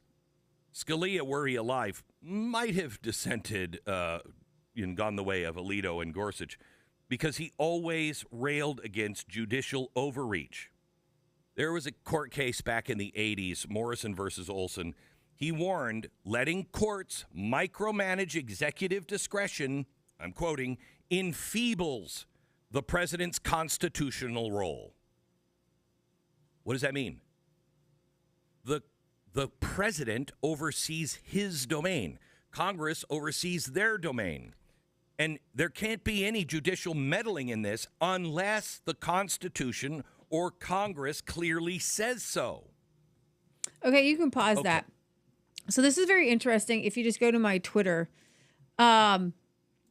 U.S. grant laundering, Act Blue, donation laundering, pop-up NGOs, federal program laundering. So yesterday, if you click on the Charlie Kirk tweet there, you can go ahead and read it. The New York Times reports that Act Blue is in turmoil. Tell them what Act Blue is. It's the donation center for Democrats. It's not just the Democrats, but it's... Go ahead. So with the George Floyd riots and all of every time you see something like that come up, here comes Act Blue, and they will be on the receiving end of all of these donation and funds, and then they disperse them to all of their woke people, and infrastructures there. Mysteriously, 7 top executives have all left in the past 3 weeks, several of whom had all been there more than a decade. None of them will explain on record why they left. The last remaining lawyer at Act Blue's general counsel's office has been locked out of his email and put on leave after sending internal messages that, quote, we have whistleblower policies for a reason, end quote. 2 unions representing Act Blue employees are openly questioning the group's stability and call the situation alarming. They're demanding the hiring of an independent investigator, and more than $16 billion has passed through Act Blue in the past 20 years. What could they possibly be hiding, says Charlie. I'm going to go ahead and retweet this from Tim Pool from yesterday. So Trump is considering criminal charges for USAID staff after DOGE uncovered wild abuses. Charges. Donald Trump is considering criminal charges for USAID staff after DOGE uncovers wild abuse. Boy, do I got some stories for you. $18 million per month to an empty migrant facility? And how about the story of John Podesta's slush fund? We got Lee Zeldin at the EPA, and apparently they uncovered that, I think, was it $375 billion? Is that the number? Can I just jump to this real quick? Make sure I get the number right. $375 billion were being handed out to charities over climate change, and some of them had been formed only 1 month prior. Doesn't sound real, does it? Now, as most of you know, Donald Trump has been calling out waste, fraud, and abuse. And the response we got from Democrats was, well, how do we know it's fraud? Criminal charges. Donald Trump is considering criminal charges for USAID. I think that's it. So another paragraph here from Anthony Scalia's dissent. Thomas's dissent. I don't know why I said anti-Scalia. It says right Alito's here. dissent, actually. It is Sorry. Alito's dissent. As a result, Anthony Scalia, are you watching? Rest your soul. As a result, the government must apparently pay the $2 billion post haste, not because the law requires it, but simply because a district judge ordered it. As the nation's highest court, we have a duty to ensure that the power entrusted to federal judges by the Constitution is not abused. Today, the court fails to carry out that responsibility. And if you go back to my Twitter, I'll play one more. This is from our favorite Kennedy here, who says that no relation Senator to RFK. Kennedy, $122 million of U.S. aid went to terrorist-aligned organizations. Kind of stuff Mr. Musk found. He found that the USAID gave money to support electric vehicles in Vietnam. Our money, taxpayer money. He found that USAID gave money to a transgender clinic in India. I didn't know that. I bet you the American people didn't know that. He found that the USAID gave $1.5 million to a Serbian LGBTQ group called Grupa Izladaji. I probably mispronounced that. My apologies. Anyway, they got $1.5 million to, quote, advance diversity, equity, inclusion in Serbia's workplaces and business communities. What else did Mr. Musk found that my colleagues don't want to talk about? Well, he reviewed a study and then went and checked it. The study was done by the Middle East Forum. They found that USAID spent $164 million to support radical organizations around the world. We're not talking Cub Scout troops here. We're talking about radical organizations around the world. They gave $122 million of that to groups aligned with foreign terrorist organizations. Our taxpayer money.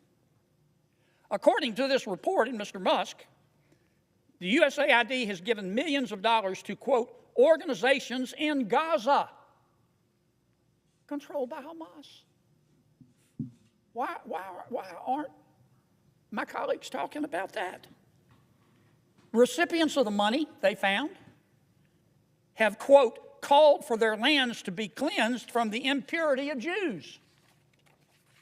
So I do have some breaking news, which we are going to cover on Sunday because it's world news, but it's breaking right now that in Syria there is a massacre of 100.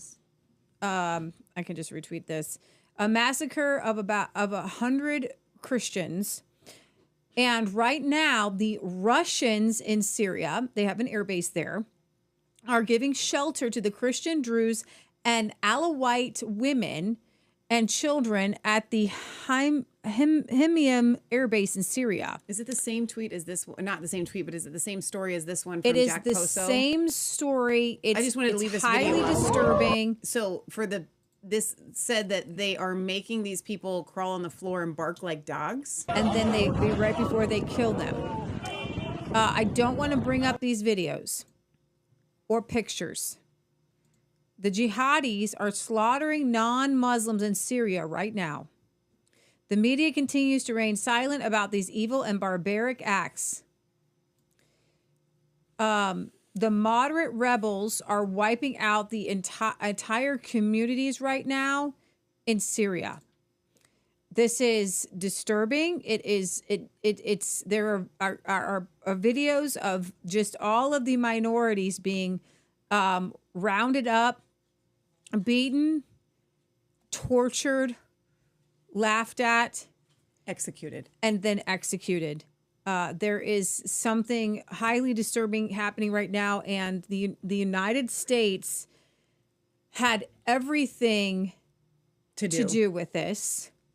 And I believe I retweeted Tucker Carlson on this earlier, where he says, as predictable as this is, it's still infuriating to see.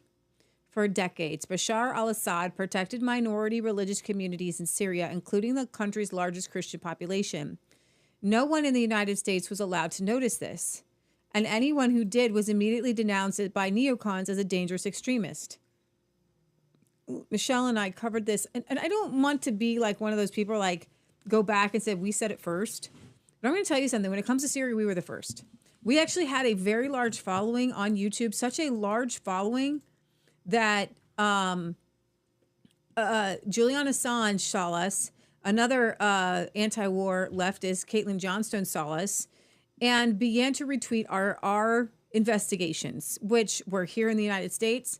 We put together the investigations on the White Helmets, being a faux group. We were some of the first to call out Trump for trying to bomb Syria, because that we knew that whatever was happening in Syria with Bashar al-Assad and how he is more of a Putin-like creature, not a good person, but that there was stability and peace for all these different minority religious and ethnic people, especially who I am called by God to be more concerned with. And yes, you are called to be more concerned with Christians than other people. It's true. They're your brothers and sisters first. So my first concern is, how are my brothers and sisters in Syria being treated? And they were keeping holidays like Christmas. They're riding these guys like dogs. This is what Tucker tweeted out. Yes. And we knew that this could happen when we were funding ISIS. Obama was funding ISIS and funding this war in the Middle East. And so Barry Weiss declared Tulsi Gabbard monstrous, and Assad today for noticing, Toady for noticing. But it was true. Assad protected the Christians. The weaker Assad was, the more Christians died. During the years that neocons in the West backed the war against Assad, the percentage of Christians in Syria went from 10% to 2%, when Syria was once a Badistan of Christianity. Now that Assad has been driven from power, to cheers from the Biden administration in the West and neocons in America, many of the remaining Syrian Christians are now being slaughtered to the silence of everybody in the West. And their holy place is desecrated. Barry Weiss and John Bolton haven't said a word about it. But no one who's paying attention can be surprised it's happening. Neocon projects in the Middle East invariably destroy ancient Christian communities. From Iraq, which had an ancient Christian community, which we didn't know about, which we weren't told about. What if we were given the choice? Hey, right now, Saddam Hussein is a bad guy, but Christians and everybody's there living in relative peace. Here's the option. This is what this is going to look like. 1 million Iraqis dead, instability in the Middle East, and a country kind of wiped out, and a whole Christian community wiped out. What do you say? You want to make a deal? From Iraq to Gaza and in many places in between, can this be an accident? You wonder. And so that is what's happening at this very moment. However, something is afoot, and I don't really know how to address it and talk about it because there's not a lot of good clips for me to play. So I just kind of got to tell you what's happening. There is a group of people on the right, we talk about it all the time, but they're getting worse and worse. Anti-Israel, the Jews are everything. The Jews are everybody. The Jews are everywhere. And one of my, a person that I really like, which is Whitney Webb, she wrote a book, about Israeli ties to Epstein. Ghislaine Maxwell's father was part of Mossad. I haven't been able to fact check that, but I believe that that's true. Sounds true. And this guy named Ian Carroll is in the vein of Candace Owens, and they start to spout things, and unfortunately, they take and spin half-truths. So one of these big things that they're spinning right now is that they're talking about the Scofield Reference Bible. And I would, on the surface, I would be happy that they're doing that. But they're making it about modern Jews today and historical Jews and the Rothschilds. And I will tell you this, there is a huge, and there has always been, obviously, a huge Zionist push in Great Britain. And there is a theory that the 10 tribes of Israel actually went to Great Britain, and a lot of those people are descendants of the Jews. So it's very interesting because they want to be Jews, but then they say Jews ruled the world. And now everything, this woman says, Insurrection Barbie says, Israel is starting to give off major Russia vibes. It's like every time you need somebody to sit down, shut up, and not talk about the Sharia supremacy or Qatari influences running rampant, or the word Iran, you hear Israel. And what I would hope that Michelle and I get to pride ourselves on this show is looking at everybody. There's bad people in America. There's great people in America. There's bad people in Israel. There's great people in Israel. There's a lot of terrorists in Palestine. Like, why can't we talk about the percentages? If you're going to show me a glass and you're going to say it's quarter full, it's half full, it's 3/4 full, we've got to be able to have these nuanced conversations like we are about Syria. Bashar al-Assad had taken his enemies. Some of them were kept in dungeons. Some of them were tortured. He is not this moral bastion of humanity. But as far as the Middle East went, as far as Muslim majority countries went, they integrated and they were at a peaceful place. And so if you're going to have a Middle East that's full of Muslims, that many believe in jihad, and it's just not a really great place right now when it's this Muslim extremism. It's just not great. So we have to have lessers of two evils. We have to have these deep conversations. And when you start to have these conversations and you start to make, one of the things that we do is we find the root and then we find all the roots. The problem is if you are so blinded to all the other roots, okay, then you're going to miss you're not going to cut the tree down. So I'm really glad Yuri Rio. I'm glad that you're here in the chat. Okay. Please receive this in the best possible light of love. And so glad that you're here that I can possibly give. But I am going to use you as an example. Please forgive me ahead of time. Yuriro says, Israel is happy with what is happening in Syria. Then they said again, all these wars are for the benefit of Israel. Edward Snowden exposes it all. And we are being called anti-Semitic for calling it out. And then when Leah brought up what she brought up, they said, so Zionism is good. And then they said, I was a big supporter of Israel, but I can't anymore. Okay. I get you. I get it. The reason why I want to go ahead and bring up your comment is once out of all of those, don't have a problem with any of them. I don't even have a problem with this, but I'm going to use you as an example. You said, so Zionism is good. That comment right there is the reason why as soon as we have to talk about Israel, I eye roll, because I know we're going to get the people like you, and God love you and God bless you. And I'm please don't leave. I'm glad that you're here. Nowhere in anything that Leah just said or leading up to that did she say that Israel, wait, please let me finish my thing. I wasn't saying that anything. Israel was good, that Zionism was good, that any of that. But as soon as we start to question the people that are obsessed that Israel is worse than Satan, no, I'm serious. I'm dead serious. They believe this. Okay. I don't know that you're one of them, but most people that leave comments like that truly believe. They don't just believe that Israel is Satan. They believe that Israel is worse than Satan. Okay. That Israel is the root of all evil in the entire world, and nothing is worse than what they do. Okay. It's like a mind virus. And so that mind virus causes people to say things like what you said. And I don't think you meant it that way, but please like stop and like self-assess for 1 second. You said a completely erroneous statement of so Zionism is good that had nothing, and we get it all the time. I'm just so sorry that you're the example because you're right here right now, but I'm glad that you're here. Leah didn't say any of that. And so what happens is there is no balance in the conversation. Whereas what it does is it gives Satan and evil a pass when you are obsessed with Israel being the root of all evil.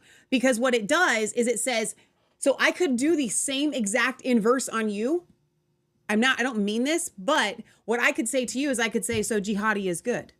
So Hamas is good. So terrorism of all of this jihadi stuff is good, right? Is that what you're saying? I would never say that, because that's not what you're saying. But yet we get that all the time when Lee and I come to you guys week after week. And I literally, because of comments like that, I am so sick and tired of talking about anything that has to do with Israel. Like, people like that make me not even want to call out the bad things that Israel's doing, because I'm so sick and tired of hearing just how bad Israel is, and the people that are obsessed with Israel and how bad they are, and they are bad. All they do is give everybody else and all Muslims that believe in jihadi and believe in terrorism a pass. So you've got the Qatari government, and the Qatari government they're both evil. Is a Muslim government, and they have all this oil money, and they send money into the universities. Okay. And so we're doing a tit for tat. Who has more money? Who's getting more money? Who's more evil? And who's less evil? What we see over here is that Israel is taking a lot of money, but then it's spending a lot of money. And then you see, well, Saudi Arabia, then you see Qatar, and you see the United Arab Emirates. And for some reason, we're seeing these radical Muslim countries as they are becoming, becoming closer to the West. And they're still radically Islamically, affiliated. They get this giant pass, okay? And you're saying, well, they're not involved in all the upper echelons of our government. Well, have you met Ilhan Omar, Rashida Tlaib? They're funded by Muslim extremists. Yeah, exactly. And to change things in our government. And they're very much anti-Israel, and they're very much anti-AIPAC. So just yesterday, we interviewed, or had on our show, it'll air next week sometime, Dr. Syed Haider. Okay? He's a Muslim, and I love him to death like a brother. And he is preaching like nobody's business on this interview that we did. So good. And then last week, we had on Rafi Farber. He's a Jew. He lives in not the Golan Heights. That's where he lives. And he's Jewish, like very Jewish. Like, he takes his religion extremely serious. But you know what he said? He goes, he disagrees with the Israeli government. But he said, government. I disagree with the Israeli government. But unfortunately, this rabbit trail of Israel is the root of all evil and worse than Satan. But he's a Jew and he loves Israel, and that's why he wants to live there. But he's American. That rabbit trail then leads you down to like, well, they're all just Ashkenazi Jews, and there's not a single real blood Jew left on planet Earth, and it just goes down all this stuff, and I'm just like, I literally, this is what I do. I can't with you people anymore. So Joe Rogan had on this guy, and he wanted to make everything about the Jews, and Epstein everything about the Jews, and it's like it's and I've noticed something. Those who are just absolutely hate the Jews and hate Israel and are super pro, like, never get Palestine, to the root of the problem. They're also pro Andrew Tate. Yeah. So Candace Owens and this Ian Carroll and this just a long list of these people on the right who are coming to Andrew's defense. It's very interesting that they're also very much, let's make it about the Jews. Hitler wasn't such a bad guy. And I will say this one last thing on this, because it's just going thread amongst the Twitter is what I still call X. So I refuse to call it X. So Twitter is a place where the conservative talking points in conservative world condenses, and it's like a cream of mushroom soup, and it goes out. So you guys might not be there. You might not know what's going on. The talk today is Joe Rogan having on this Ian Carroll guy who is doing all this conspiracy stuff and how the Jews are in control of the world. And the Jews are behind pornography, and the Jews are behind this. Now, what they do is they bring up the fact that I believe a Jewish person owns OnlyFans or something. If I'm correct, I do know that I was shocked that Dennis Prager supports pornography. And so there's like a titch of truth there, but I don't see those same people calling out a Dennis Prager because he's supporting pornography. But then you have Ben Shapiro, who did a show against Dennis Prager saying, I'm a Jew and I don't support pornography. Like, that's a crazy thing to say. So you can't say that all Jews, it's the Jews behind pornography, because guess what? There's not a lot of Jews in America, but 80% of men look at pornography, and there's a lot of pornographers out there. And I would say more of them align in the whole the Christian vein and the atheist vein than the Jewish vein. But the problem is, if you're looking for bad guys out there and you see pornography is bad, and you see like 5 or 6 different Jewish people who are running, let's say there's a Jewish racket running these gangsters, and they're promoting them, encouraging them to do all kinds of horrible, bad songs. And that's true, because even Kanye West said he had a lot of Jewish managers. So there's a lot of Jewish people are really good with money. And that's not a saying. They're very proud of being good with money. So when they find an angle. But there are so many other bad people in the world. And I feel like when you find one scapegoat, then you can't look at the whole picture. Like Jeffrey Epstein, maybe he was working with Mossad, but he was also working with a wide conglomerate of people. And I'm going to tell you something. Prince Andrew is not Jewish. Okay? So, Jeffrey Epstein even had Donald Trump on his plane. Like, Jeffrey Epstein was working with a lot of people, and it wasn't just is the Israeli government trying to get its hands on people. Now, and honestly, guys, I think you're giving Israel and the Israeli government and Mossad way too much credit. Like, I think they're probably a pretty good high level, MI5 team. But we have the CIA. Britain has its own, secret society of assassins, and the whole world has a way to make things happen. There's all kinds of people with all kinds of connections. Let me tell you why, and we'll round this up because we got to keep going on. Let me tell you why you feel the way that you do. Because there are people in this world who are very good at getting stuff done. Mm-hmm. Okay? They're very accomplished. Mm-hmm. Okay? Terrorist groups, like Islamic terrorist groups, are good at accomplishing terror in a very chaotic way. Yeah. Okay? They're not good at structure. They're not good at being pristine and hiding their evil. They're very good at their evil just being wide out in the open. Mm-hmm. Okay? The reason why you feel that Israel has so much control is because they are very much in control of themselves. They're very much in control of what they do. They are very concerted. Wow, that's a really good observation. Thank you, big sister.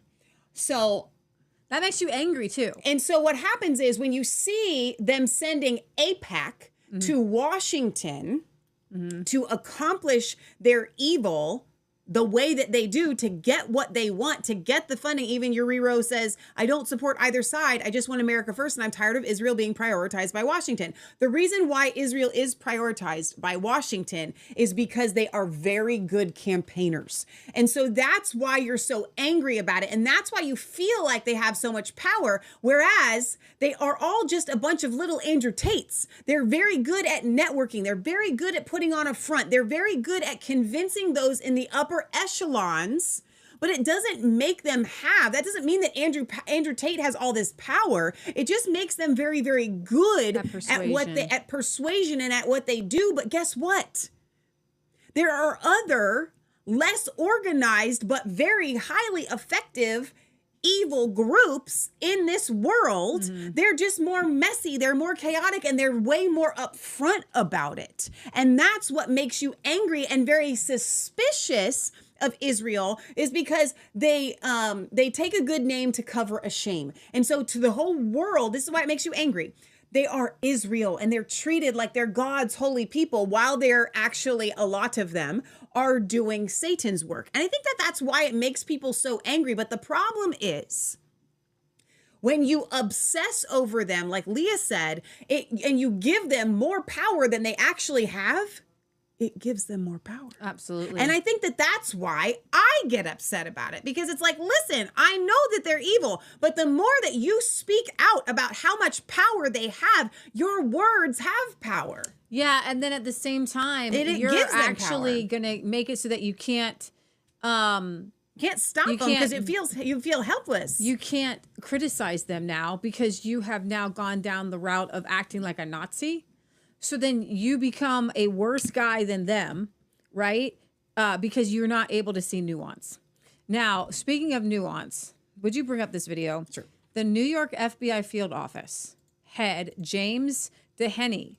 Now, this is where a lot of the Epstein files were held back, and a lot of the J6 trials went through this office. He was forced to resign. Somehow they got some idiot to come play bagpipes. And you see all these women. I had no idea that the FBI office was stacked with women, and they are out there crying as he's leaving. Wonder why. This is an embarrassment. No, but I mean, was there something going on? Is this like a harem? I think because they felt like he was holding The back. extraordinary scene outside of the New York FBI office in the last hour. Assistant Director in Look how charge, sad they James look. They're like Dennehy, crying. who was forced to resign under pressure this week, left the building to cheers from hundreds of his colleagues and the sound of bagpipes. He was forced out after clashing with Donald Trump's Justice Department after the removal of senior FBI leaders and requests for the names of agents who worked on the January 6 cases. He told those gathered that he will be their, quote, best cheerleader on the outside. Best cheerleader on the outside. This is what the FBI, just shut it all down. You know what? How about you give every... Why are there so many women? I don't know. Give every citizen journalist a deputy badge. I'm ready. And we'll just go after the internal bad guys. Okay? I want a badge. No more FBI. I know we have crimes. I know we have criminals. And I know you maybe take down 2 a month. Okay? But that's not why you were created. You were created to spy on Americans and to get dirty work done. And you're a money laundering place, which you're pretending to be a laundromat. You're pretending to be an FBI. So people can come and get maybe some laundry done, but you're laundering money. And all those people crying felt like they were the resistance to Trump. Every single one of those people has to be fired. So what I see happening, and what needs to happen, what I would do if I'm president, we have no more FBI. I'm shutting the whole thing down. It serves as the executive, it serves under the executive branch. Mm-hmm. We're shutting down the entire FBI. And if we need an internal group of people, we are rehiring, and we're hiring now. Okay? And somehow you have to have a handful of people that you trust to be doing some interviews. But I don't see more than a handful of people. Oh, everybody, look, it's the field agents are actually good guys, and look, there's some good guys. We're just talking about the big people at the top. Let me read this comment from Willie. He says, it's quite the Hollywood pimp swag that he walks with.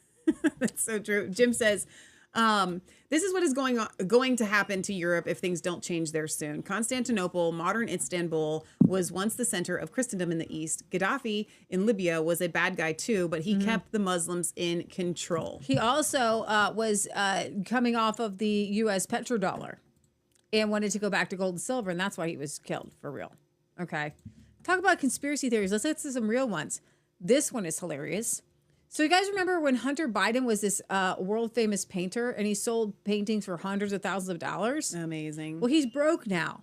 And for some reason, he's lost his talent to paint because he's only sold one painting and he can't sell any more paintings because he's lost his art.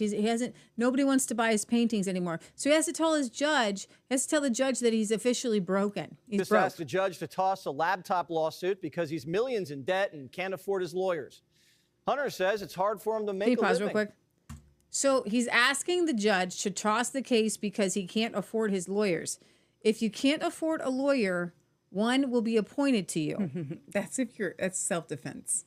That's what this is. This is a laptop case. Oh, wait a minute. This is a laptop Wait a case. minute. I thought that it was, okay, never mind. One will be appointed to you. So wait, he's saying that the case has to be dropped against him just because he can't afford a lawyer? Lawyers, yes. That's strange. An Ivy League educated lawyer, an energy expert with international business experience, can't represent himself? find a steady job in the new golden age. You're a lawyer. Even though he's the smartest guy Joe Biden knows.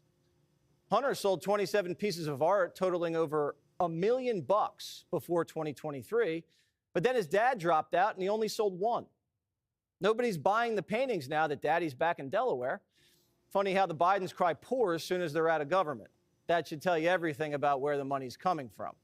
The government's supposed to be working for you, not making politicians and their friends rich. That's what DOGE is all about. Democrats used to pretend they supported that. What should be easy is getting rid of the pointless waste and stupid spending that doesn't benefit anybody. Waste we should be getting rid of, even if we didn't have a deficit. Did you know the federal government pays for a website devoted to a folk music ensemble made up of forest rangers? They're called the Fiddlin' Foresters. Wait a minute. I'm okay with that. I'll put their music on my iPod, but I'm not paying for their website. Obama even appointed his own. That's the waste you want to call out? You do know Not like the transgender that a mice? website is like $100, $200 a month or even a year? I can't believe you called out the fiddlers. You really want to go after the mountain fiddlers? Oh, look them up. That sounds great. Own DOGE czar. Starting today, I've asked the Vice President to lead a renewed effort to hunt down misspent tax dollars in every agency and department of this government. We're calling it the Campaign to Cut Waste, and I know Joe's the right man to lead it, because nobody messes with Joe. We're not just eliminating fraud and waste. We hope to be instilling an entire new culture that not only our administration, but every succeeding administration will in fact pursue. Huh. But a few years later, when Joe was sitting in the Oval, he didn't cut fraud, waste, and abuse. He multiplied it.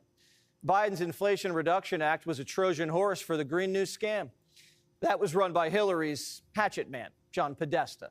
And he says he has nothing to do with who got the money, but big surprise, Biden and Obama's friends got rich. The Free Press found that when Biden announced he was giving out money to fight climate change, Democrats and donors with ties to Biden and Obama lined up for grants. Some of them even formed new nonprofits right after they heard about the climate cash. Wow. Stacey Abrams was hired by a group called Rewiring America. Then they were awarded $500 million in taxpayer money. Ari Matsuiak is the CEO of that same organization. He worked in the Obama administration and donated thousands to Kamala. Beth Baffert is the CEO of the Climate United Fund, which got $7 billion of your money. $7 billion. $7 billion. For the Obama campaign and White House earlier in her career, but told Primetime there's no relationship between Climate United and any political party. I'm sure of it. Richard Kaufman also worked for Obama, and he's a big-time donor, big time. He sent over $500,000 to Democrats. Wow. He got a good return on his investment, though. His group, Coalition for Green Capital, got $5 billion. Billion? Oh, but they say they're nonpartisan. The Opportunity Finance Network was awarded more than $2 billion. Their CEO, Harold Pettigrew, who got the job months before the grant's application went public, worked under Biden. If you want to get rich quick, start a nonprofit. Basically, the government-funded NGOs are a way to do things that would be illegal if they were the government, but are somehow made legal if it's sent to a so-called nonprofit. But these nonprofits are then used to, people cash out these nonprofits. They become very wealthy through nonprofits. They pay themselves enormous sums through these nonprofits. And how many NGOs? I think there's a total number of NGOs, probably millions, but in terms of large NGOs, tens of thousands. If Democrats were really concerned about climate change, why are they funneling cash to all their friends instead of just sending it directly to solar and wind companies? Obviously, we know it's a scam, and we know that Joe Biden was peddling influence for his son. But I do have some good news. This is a good story. So Disney has pulled back a lot on its wokeness, and it's got a new program, a new movie called Win or Lose, and it features an explicitly Christian character. The first time the company has done this in 30 years. So Win or Lose, the media giant has crafted, and Michelle, if you want to bring up a trailer for this, if it exists, you can do that. The media giant has crafted its first explicitly Christian content since 1996. This comes as the company has gotten backlash over the last few years. They do a lot of witchcraft. They're happy with witchcraft. You know, it's always a witchcrafty thing. This comes as the company has gotten a backlash over the last few years as its decision to drop a transgender character from the same series. According to the Christian Post, the series, which launched on February 19th, is set in the world of Inside Out, another animated program by Disney. A movie description from IMDb said the series follows a middle school softball team in the week leading up to their championship game. And each episode is told from the perspective of a different character. In one episode, the daughter of the coach, Lori, struggles with anxiety as well as feeling insecure. At one point in the series, she is depicted on screen bowing her head and folding her arms to pray. Dear Heavenly Father, please give me strength. I have faith, but sometimes the doubt creeps in. I promise I'll do good and won't do that thing again. I'm not sure where you stand on it, but I won't do it. I just want to catch a ball or get a hit for my team or for the course, she says. The last time there was an explicitly Christian content weaved into a Disney film was in 1996, when during The Hunchback of Notre Dame, a song included the lyrics, God help the outcasts, hungry from birth, show them the mercy they don't find on earth. God help my people, we look to you. Still, God help the outcast or nobody will. Lori's character follows the company's decision to drop a transgender. So I don't know if there's anything. Yeah, I've got the trailer up. But I did want to point out, so Bob Iger is Disney's CEO. And when Trump had encouraged or, you know, pretty much kind of demanded to get rid of these DEI policies, Bob Iger decided that he was going to do so. Of course, everybody within Disney was really upset at Bob. And I think that Bob has been getting close, just like Jeff Bezos and Mark Zuckerberg and all of these people that they're not good people. But they're finding that it is going to benefit them better to have their bread buttered by conservatives. Okay. And so we all know that Disney's bottom line has been going down the tubes the more woke they get. And so Leah, we've been talking about this, and we're going to do a whole episode on greed and money and the world system. I do find this as good news. Don't get me wrong. And we will showcase it as good news. But I want to be very wary to be jumping or diving right in to say, yay, look, because they're it's just, again, these people are finding that there's the difference between being, you know, the radical Islamic terrorists that, you know, will go and do a suicide bomb, and the more sophisticated, you know, terrorists that might be part of the Israeli government and looks good, but is going to underhandedly bring about evil, right? And so I just wanted to kind of point that out, that it's not all, you know, it's not all as it seems. So we can play this official trailer here. Here you go, Frank. Your single soy latte. Extra hot. Wow. Thanks, Lena. See you tomorrow, hopefully. Do you want to have coffee with... So this is the Man, therapy type psychology. I gotta go He's trying to get you a coffee. Got my coffee. Oh, God, I can't believe this happened again. Oh, nobody laugh at Frank and stare at Frank. He's like a younger brother to me, you guys.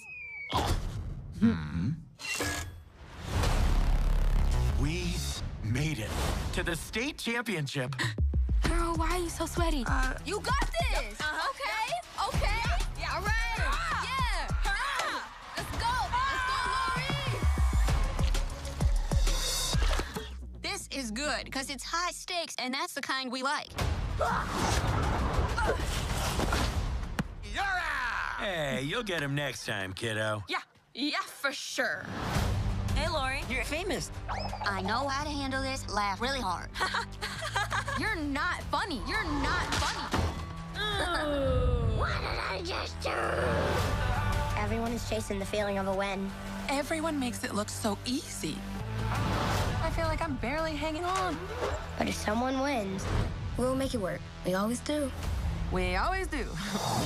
Somebody has to lose. This is the big one. No matter what happens, you are all winners. Is this happening? Tonight is our moment for redemption.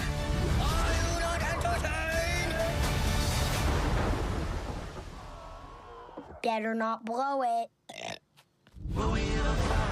So you guys know that we and there's another one where the trailer is where she's kind of praying and her heads are bowed, and I get it.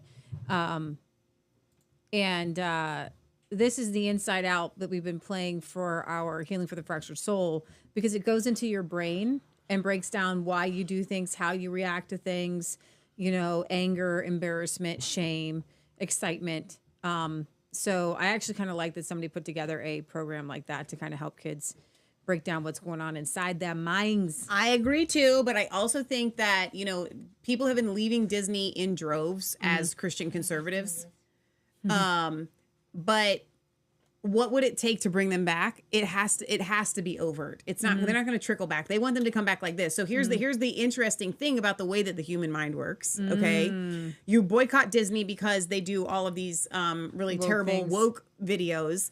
And then as soon as they do a video like this, you're like, back, and now we're watching Disney again. Yeah. And they know that people work that way, unfortunately. Yeah. So I'm glad that this movie's being made, but at the same time, I'm like, there's a bottom line here. All right, back to Biden for just a minute. The Missouri Attorney General Andrew Bailey is asking the DOJ to investigate whether Biden's cognitive mental decline allowed unelected officials, so his assistants, to make decisions without his knowledge or approval. If that's the case, Biden's executive orders, pardons, and other actions may be unconstitutional and actually void.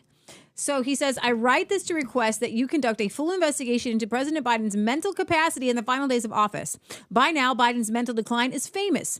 Under the 25th Amendment, his inability to make decisions should have been met with a succession of power. Instead, it appears staffers and officers in the Biden administration may have exploited Biden's incapacity so they could issue orders without an accountable president of sound mind approving them. That would explain why the Biden administration's orders were aggressively much farther to the left than any previous president. If, in fact, Biden staffers were exploiting his mental decline, those orders are null and void. The states need to know because those orders affect us. For example, the Biden White House purported to vacate the death sentences of several convicted murderers who committed their crimes in Missouri.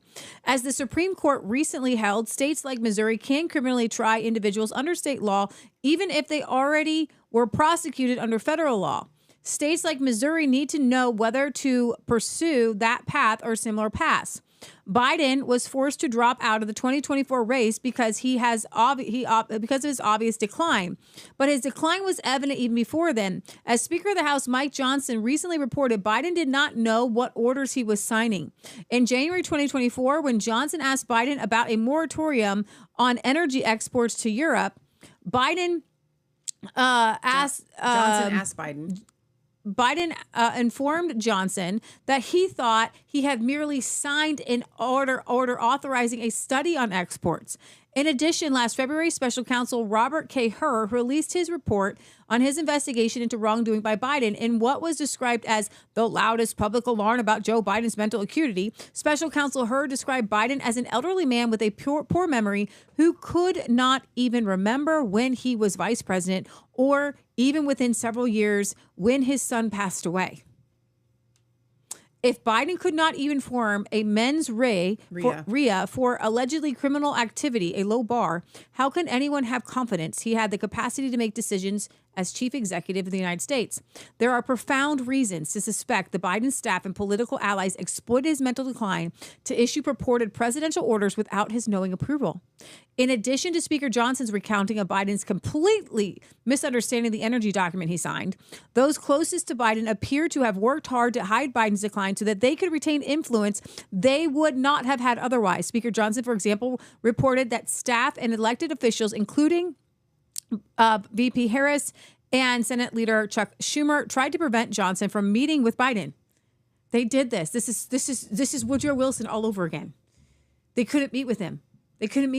It's hilarious. Okay. Though presidents always have gatekeepers, in Biden's case, the walls around him were higher and the controls greater, according to the Democrat lawmakers, donors, and aides who worked for Biden and other administrations. Staff limited Biden's ability to speak with others and limited the sources of information he consumed.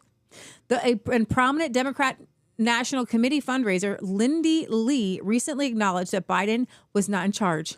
Rather, the people who ran our country for the last 4 years were his staff, his wife, and his son, Hunter Biden. Finally, there is the streak of extraordinary far-left orders purportedly issued by Biden. Just the extraordinary orders since November include vacating the death sentences of nearly all persons sentenced to the death penalty, granting his son Hunter Biden a blanket pardon going back more than 10 years, despite previously promising he would not do so, and endorsing the legally frivolous theory that the Equal Rights Amendment was timely ratified.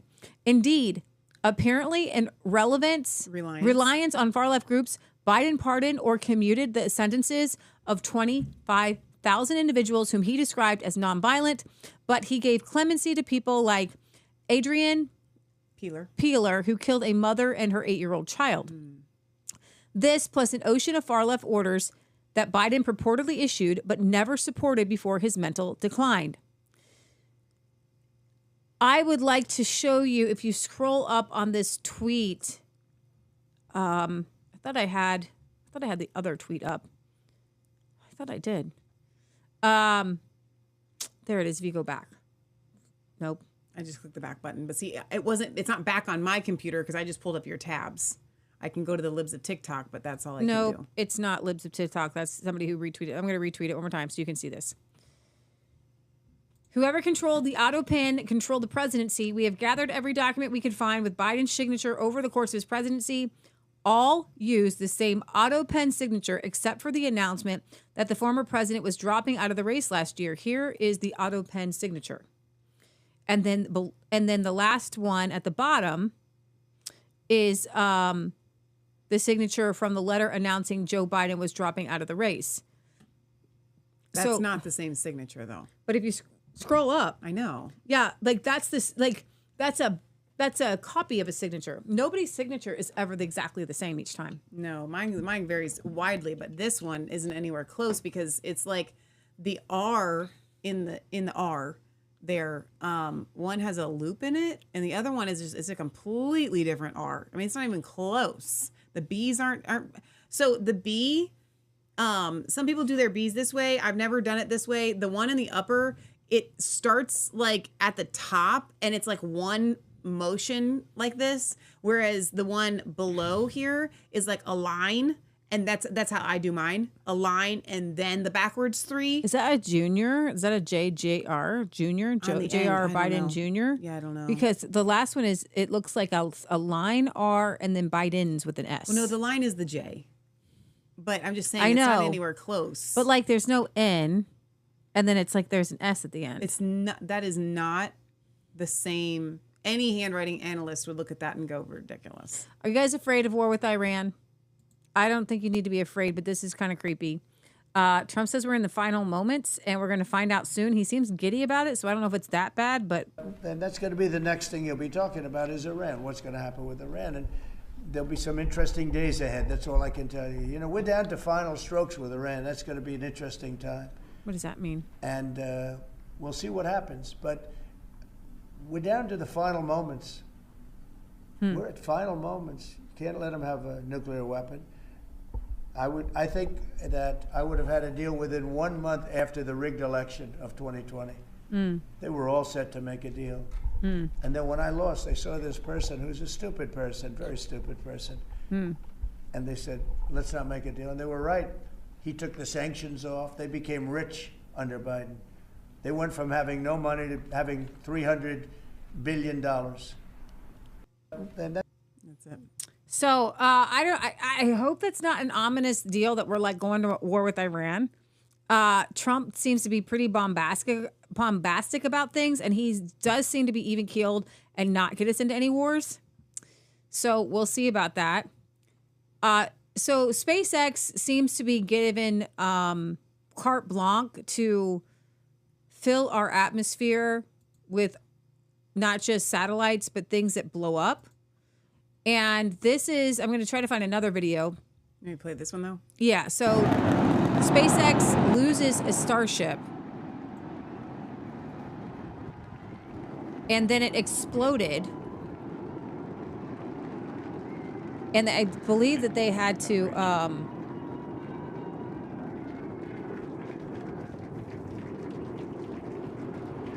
shut off airspace because of the explosion. Yesterday. Yeah.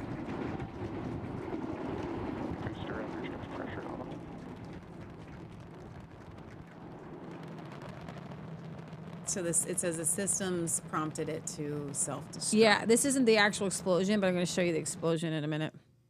You may finish this one? You can, finish that one. If you're keeping count, there are 4 Starship explosions out of 8 attempts. I don't know how much each cost. This is so dumb. We don't need to keep doing this. This is such a waste of Okay, money. so go to my tweets and you're going to see them exploding. People are excited about this. You've seen the SpaceX explosion, but then they're excited because the booster parked itself back on its pad. Oh, yay.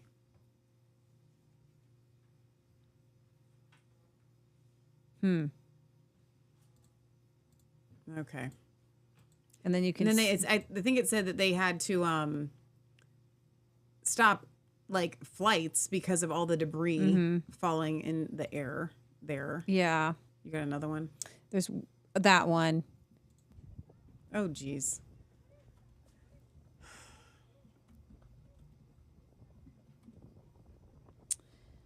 So SpaceX rocket explosion leads to flight delays as Florida airports over fears of falling debris. I just don't feel like you should have the right to blow something up to and have blow the debris something up, and then we will review the data from today's flight test to better understand the root cause. The FAA had to halt air traffic around Miami, Fort Lauderdale, West Palm Beach, and Orlando for fear of space launch debris. All of my years of traveling, this is a first, wrote a Facebook user, identified himself. I've never had a situation where I've had to say, no, I'm not late because of a misconnection. It's because a rocket exploded. I just don't feel like you have a right to.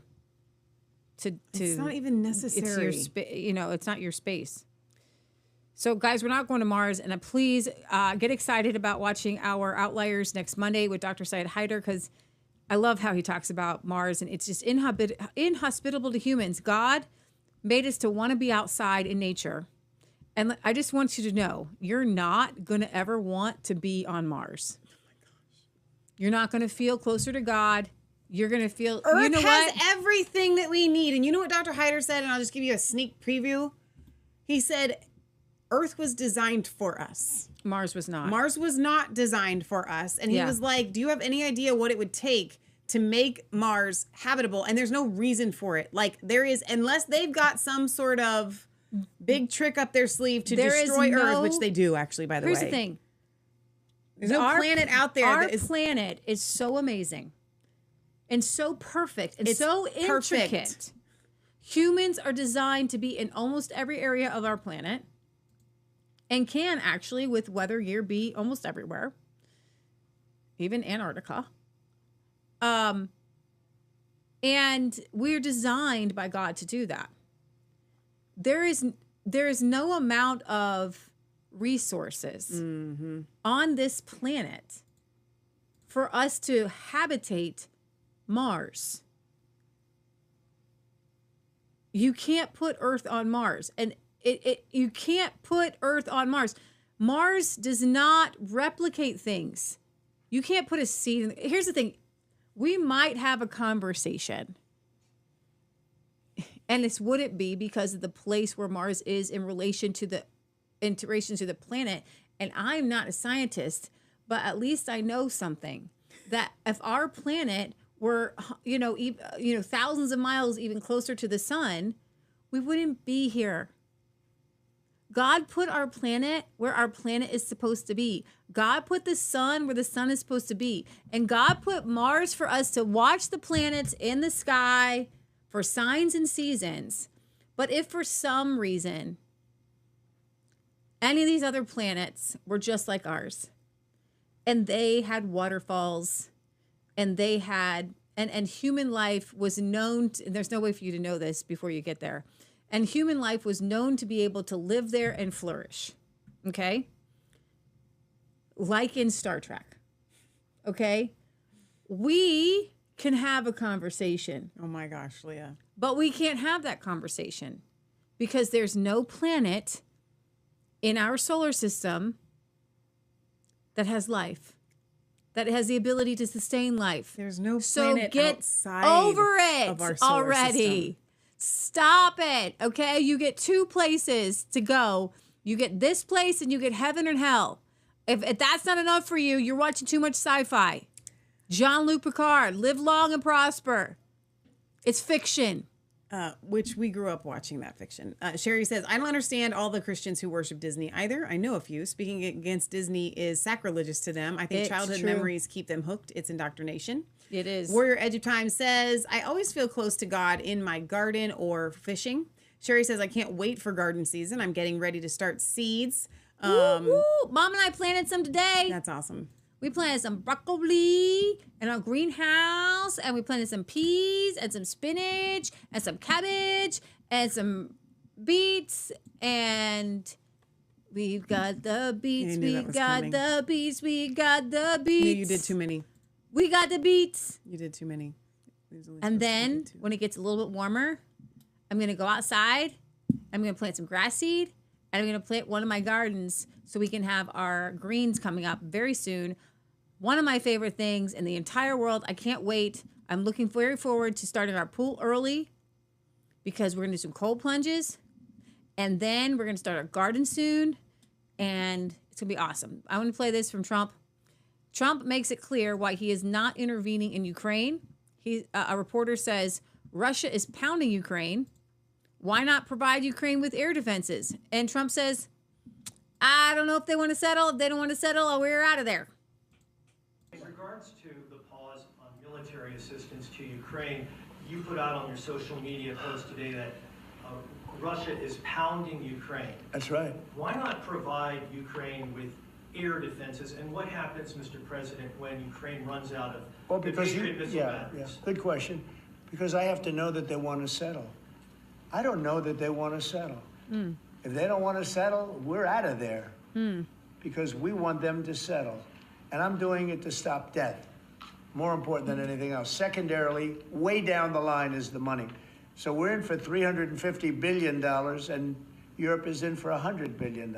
They should be in for the same or more than us.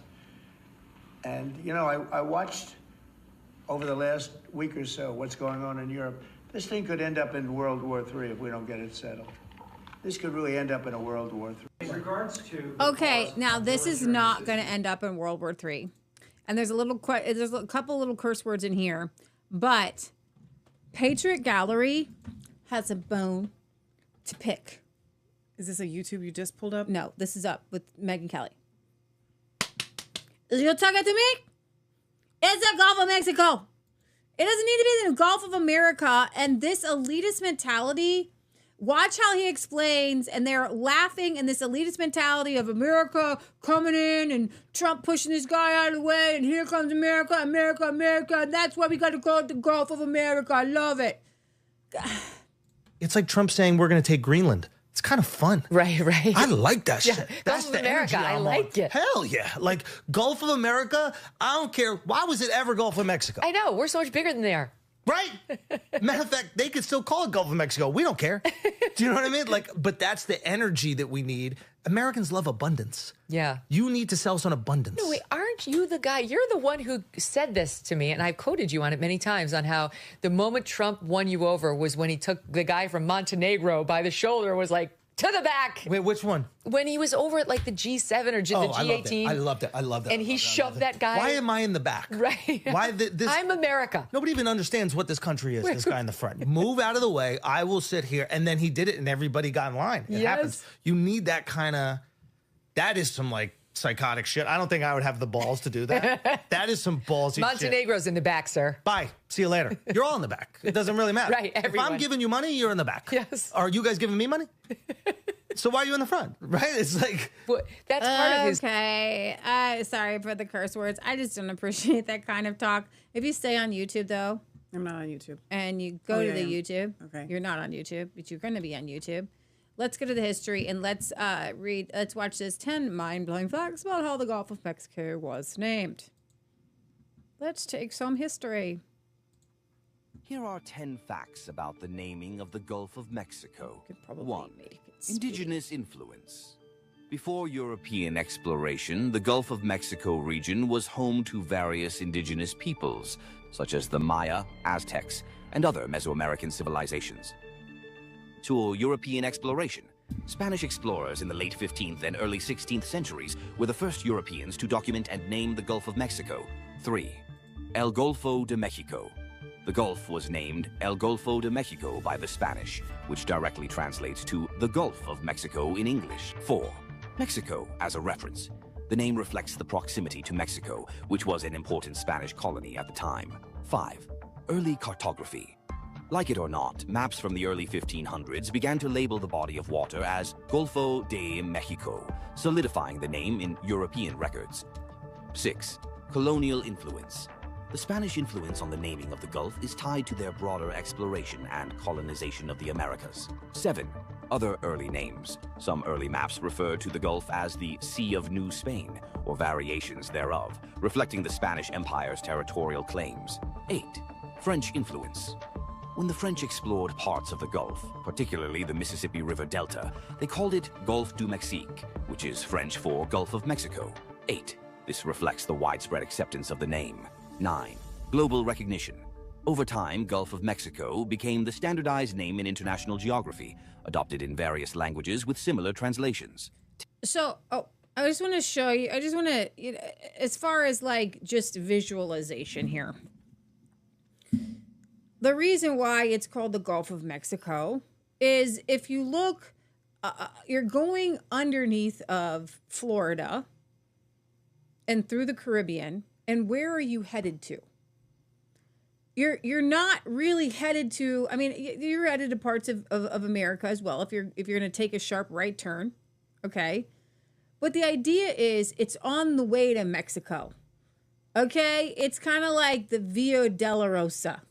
It's on the way, okay? The Gulf of Mexico is called the Gulf of Mexico, and I get that there's territorial waters and it covers as much as, but it covers other territory as well. You've got a lot of Central America there and the Caribbean, and it's the ancient cartographers, some of the historical cartographers. Why do we need to redo history? I don't like redoing history. Various languages with similar translations. 10. Natural importance. The Gulf of Mexico is one of the largest bodies of water in the world and has played a significant role in trade, exploration, and ecology, which helped anchor its name in global history. Like most cultures, they had their own names for the area, though these were not recorded in ways that directly influenced the modern name. Like it or not, the Spanish were pivotal in naming geographical features of the Americas. Mexico itself derives its name from the Nahuatl word Mexico, referring to the heartland of the Aztec Empire. We cannot erase this significant fact from history. Thank you for your interest in historical facts. It's just like, it's just helpful history-wise. You know what I mean? Because he just said Mexico, whatever, however the Aztecs called it, or what. It's just to give us a kind of a pinpoint back to history, right? The name doesn't respond actually to anything that has to do with Spain. Spain just happened to name it that. And we do know that Spain had a huge influence on South America. And there's a lot of history in a name. And I feel like a name should actually have connotations that give you a good name, especially name your kids good names, it means something. A good name actually, it denotes a meaning and kind of gives you a starting point on, it says a lot is what I mean. So Patriot Gallery came out. She's just fit to be tied on this. I just got to tell you something. And I am too. I'm not as fit to be tied about it. You would be because of the English. Okay, so number one, I think this is stupid. It's childish. It's imperialistic. It's a caricature of, like... It's ridiculous. Americanism. I don't like it at all. I think I'm not going to call it the Gulf of America. I will never call it the Gulf of America. It's the Gulf of Mexico. It is the Gulf of Mexico. Now, as soon as Trump is out of office, it's going to go back to the Gulf of Mexico because that's what the world has called it. That's what we have called it for, many, many years. And that's what we're going to keep calling it. I'm calling it the Gulf of Mexico. Now, Patriot Gallery came out and she was just exasperated. And she's like, what is a Gulf? She looks at me and she's like, what is a Gulf? And I was like, well, I didn't know where this was going because I didn't know we were having this conversation about a Gulf. Oh, no. And she said, and so I just said, I don't know. It's just like, it's something that would, like an enclave is what I was thinking of, right? So you're going to go into it. She's like, right. You're going to go into it through a tiny little inlet. It's like this tiny little thing that you have to go through to what? To get somewhere. It's a tiny thing you got to go through to get somewhere to where you're going. And so then, of course, I was in a much sillier mood at the time than I am right now. But Patriot Gallery asked me very sincerely and excitedly to pass this along. So then I said, it's like a sphincter. And she said, exactly. And so I said, she said, would you call it the Gulf of, something while you're trying to get to someplace else? And I said, no. And so I said, it's like the sphincter. And so the sphincter is the, Gulf to the colon, this Gulf to the, the stomach. And it was much funnier than what I'm giving right now. You are the Gulf of Michelle. So I am the Gulf of Michelle. And the things that leave you are from your Gulf. Right. And so you need to be the Gulf of Michelle. It was funnier at the time. I'm so sorry, Mom, that I wasn't able to give it the way that it went at the time. It does very much look like a sphincter. Yeah, I mean, if you go in and it's to a stomach and whatever, you would, and it's mine, right? And so there you have the. Speaking of which, you don't want to miss our interview with Dr. Hyder because he will sell you on coffee enemas in a very graphic way. So speaking of sphincters and colons and stomachs, so on and so forth. So I'm sorry that was not. What are your America is a reasonable name as the Gulf is between North and South America. That's not the point, That's though. But it's not. But it already has a name. It doesn't need to change. All right. So case in point, we had a dog, Jasper, the sweetest, and we loved her so much. She came to us with this name, Jasper. Now, she was a girl. And every time people heard her name, they were like, but why is her name Jasper? Jasper is a boy's name. I don't know. That's the name that she came with. And so that is her name. Regardless of whether I feel like it fits, it's staying. It's historically accurate, okay? And it's like, let me put it this way. Texas part of America or the United States at the time that the Gulf of Mexico was named? No. There you go. So, it's a historical landmark. It's on all the maps. I think in the age of exploration, when these cities and gulfs and everything were named, they have a nuance to them, and it points us to something in history. Like even naming it the Gulf of Mexico, what does that tell us? Do we want to rewrite history, really? It talks about Spain. Right. Right?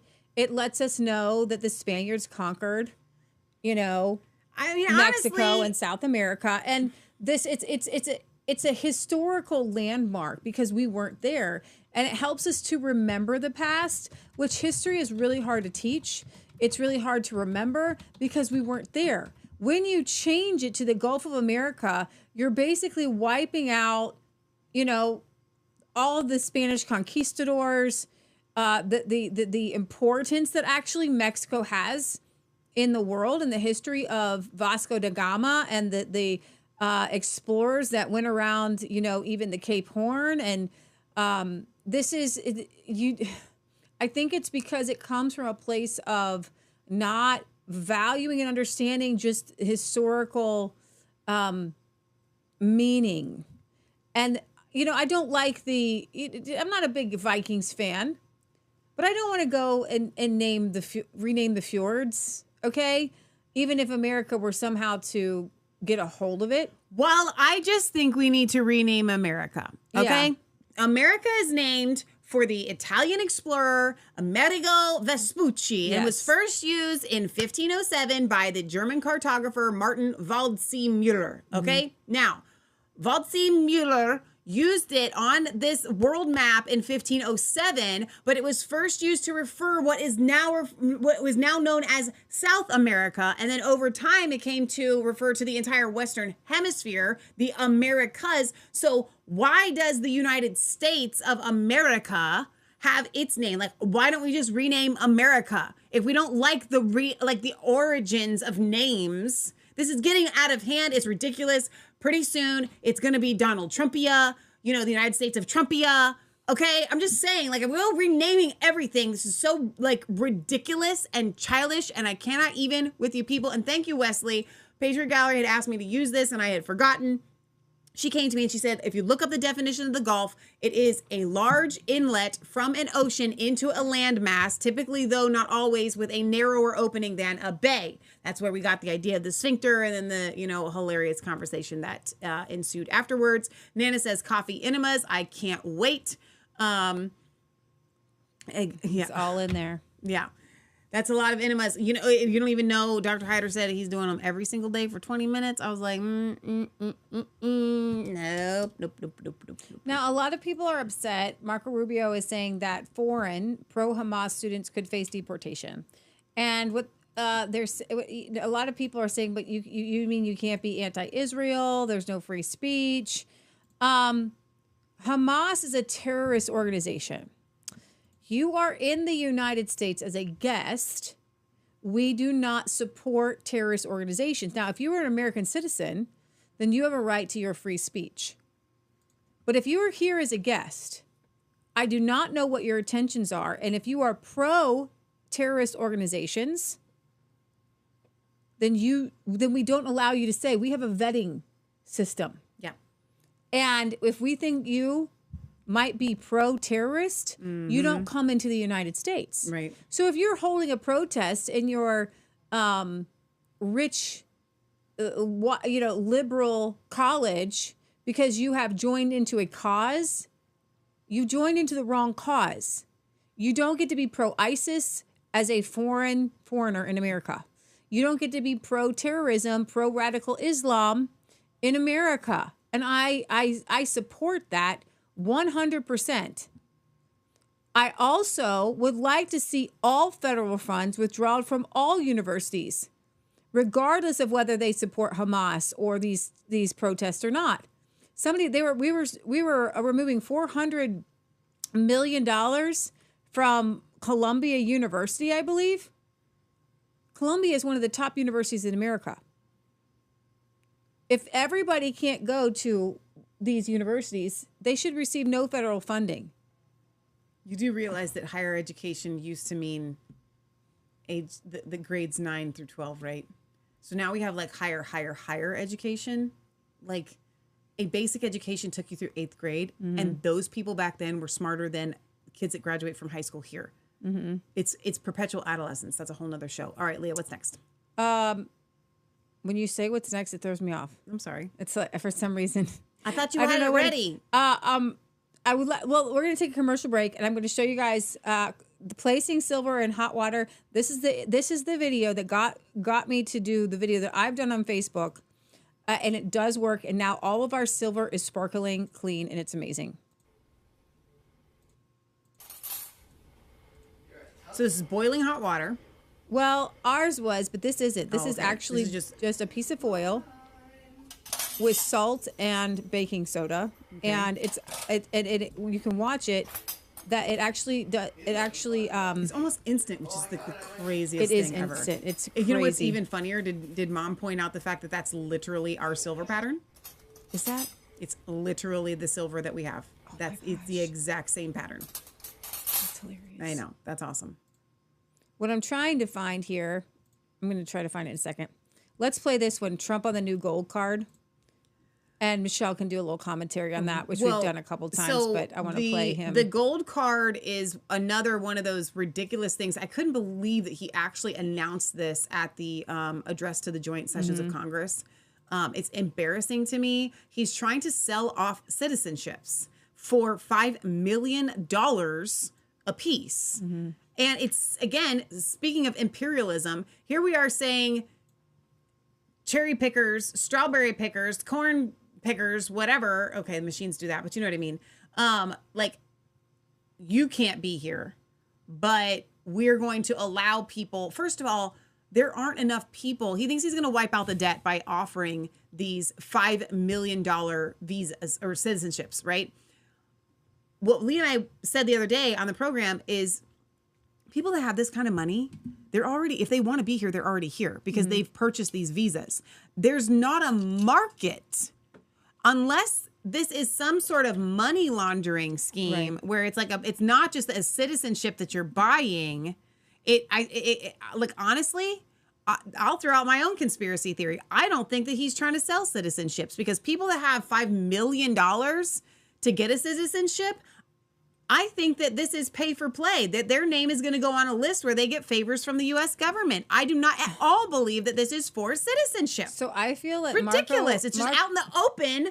Government, Hunter Biden, Joe Biden, bribery. Let's just do it so that everybody can see, and then we'll give them the things that they want. Marco Rubio as Secretary of State, I feel like he is a hostage because his facial expressions, it's hilarious to me. Oh, and we're going to start selling hopefully in about 2 weeks.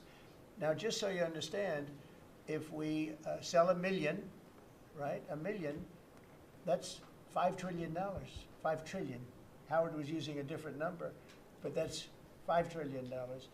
If we sell 10 million, which is possible, 10 million highly productive people coming in, or people that we're going to make productive, they'll be young, but they're talented, like a talented athlete. Where are all of these young people who have $5 million? Super talented young people with $5 million. Are they going to buy it on credit? Is this like an IOU? Like, I will be productive and I will earn $5 million and then I'll be, is this indentured servitude, citizenship? The body language of Pete Hegseth and Marco Rubio are all you need to know. Let me finish it. That's $50 trillion. That means our debt is totally paid off and we have $15 trillion above that. And now I don't know that we're going to sell that many. Maybe we won't sell many at all, but I think we're going to sell a lot. Because I think there really is a thirst. No other country can do this because people don't want to go to other countries. They want to come here. Everybody wants to come here, especially since Marco Rubio does not look comfortable, and he... And they'll all be vetted, by the way. All these people will be vetted. I can't. It's so embarrassing. You're vetting the $5 million people. Are you joking me? This has got to be the lamest, and I mean this sincerely. So, yeah. This is lamer than the Gulf of America. Yeah. This is lamer than trying to buy and acquire Greenland. I have something even lamer, though. would you go to this Breitbart article? So even Jimmy Kimmel, the Democrats are trying to become more cool and more relatable. And actually, Charlie Kirk interviewing Gavin Newsom is Gavin Newsom's. He is even. I think Gavin Newsom is even flipping on transgenders in sports because he's trying to portray himself as a centrist because he is so narcissistic and confident that he can be president. So he is going to try to do what Trump had wanted him to do, or what Trump did, and he wants to get on podcasts. He needs to convince conservatives that he's a reasonable person. In the meantime, the left's attempts at being relatable are not really working and quite cringy. If you scroll down to the video here, even Jimmy Kimmel is calling them out. As the pile of crazy starts to build, a lot of people have been wondering how and when the Democrats are planning to fight back. Well, look out, because we got a plan, and we are launching it on TikTok. Choose your character. So for our podcasters, these are like AOC and different Democrat women in Congress coming in as superheroes.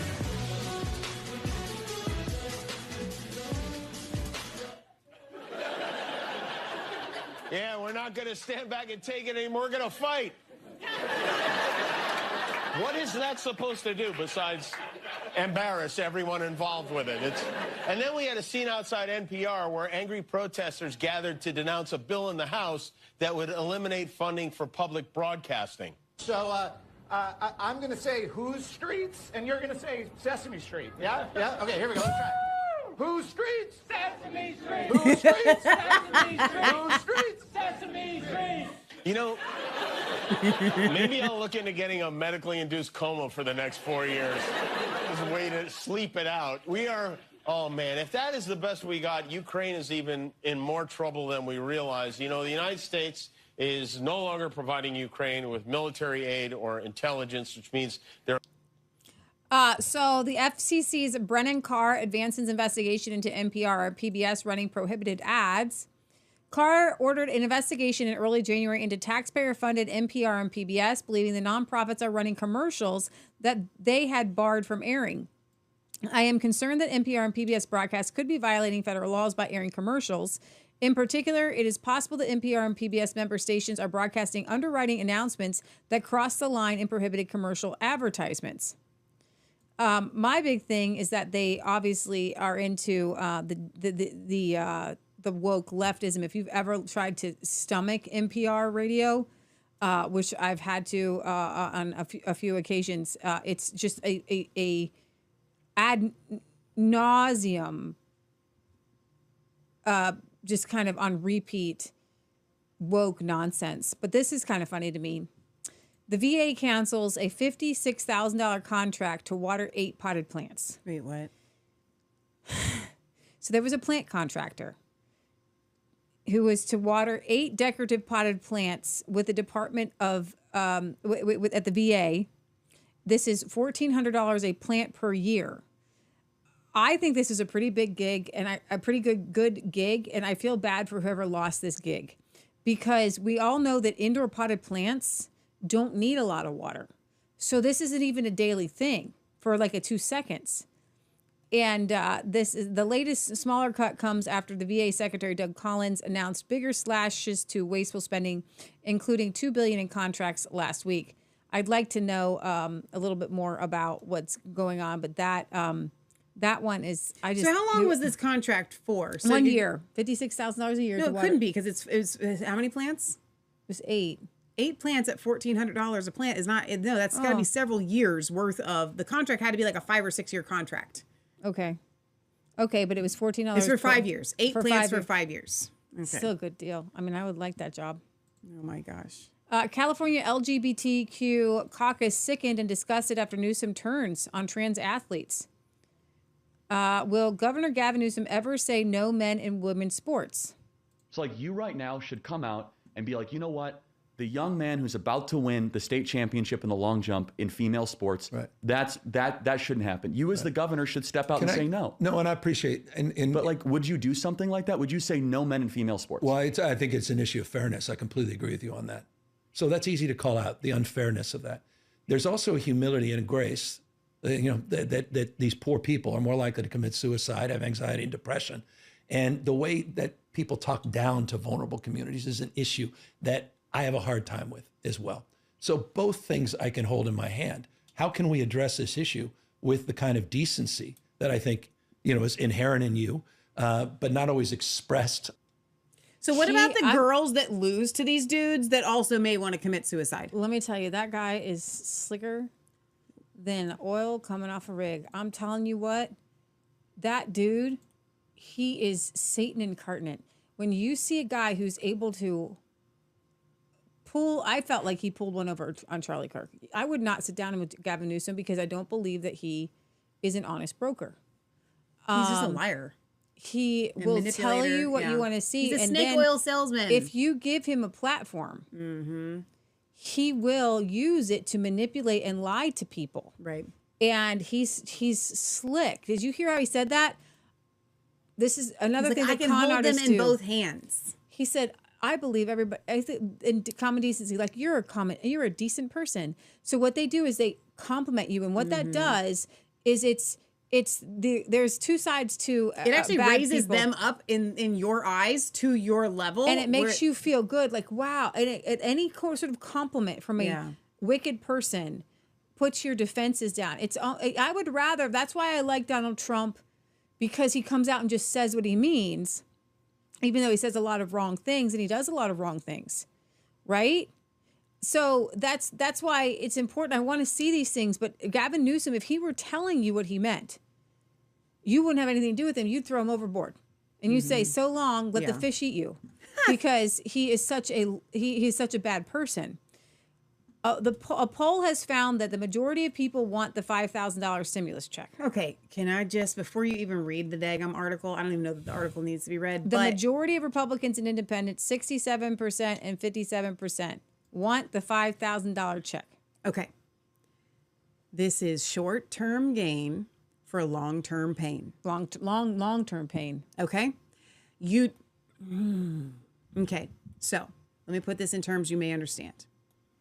You marry a former heroin addict that was addicted to porn. You marry them, they're good, it's fine. They've turned their backs on that thing, okay? You have a couple kids with this person, and then they get back into the drugs and they get back into the porn, and it's like, your life is spiraling out. The next thing you know, you've lost everything. Maybe they've even stolen custody of your kids. I don't know. You name how bad it goes, okay?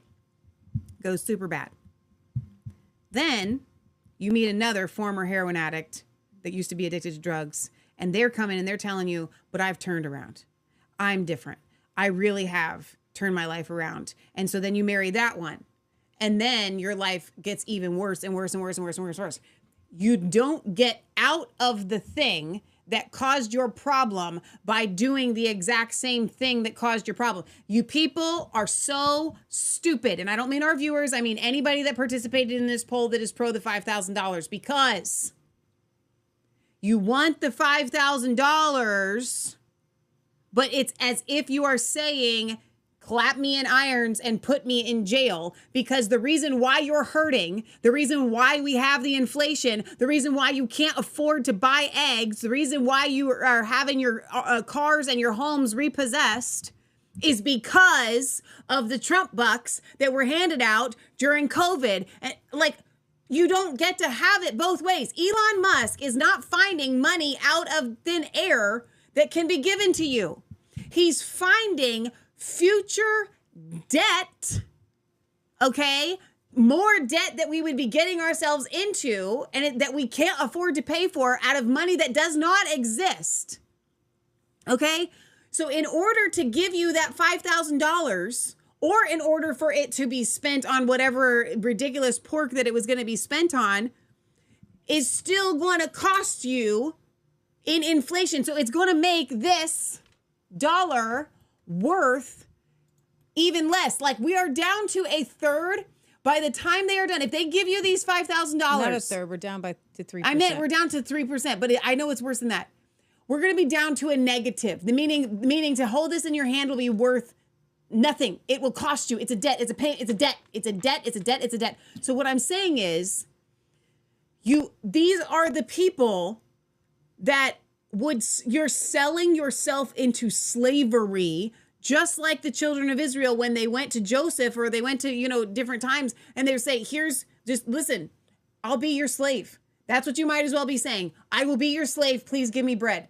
Please give me bread. Give me bread. It's going to cost you. It's going to cost you everything. And here's what's more.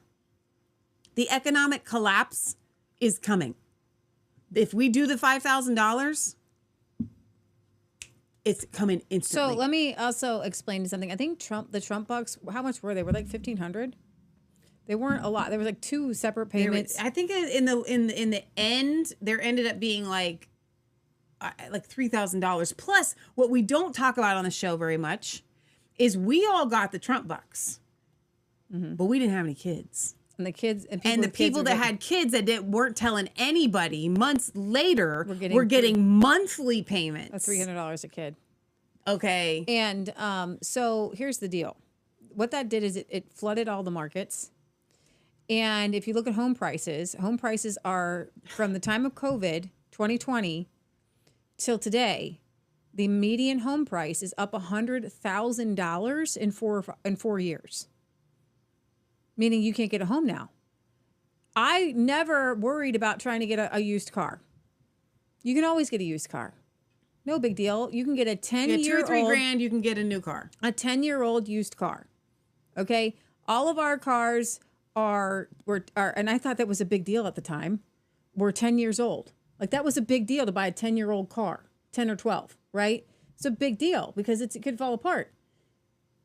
The same price now, you're getting 20-year-old cars, meaning in order to get a car that you can afford, especially for like your kids or your teenagers, you're going to be spending more in repairs because you can't front the money because the market isn't there, because people aren't really buying new cars. This is true.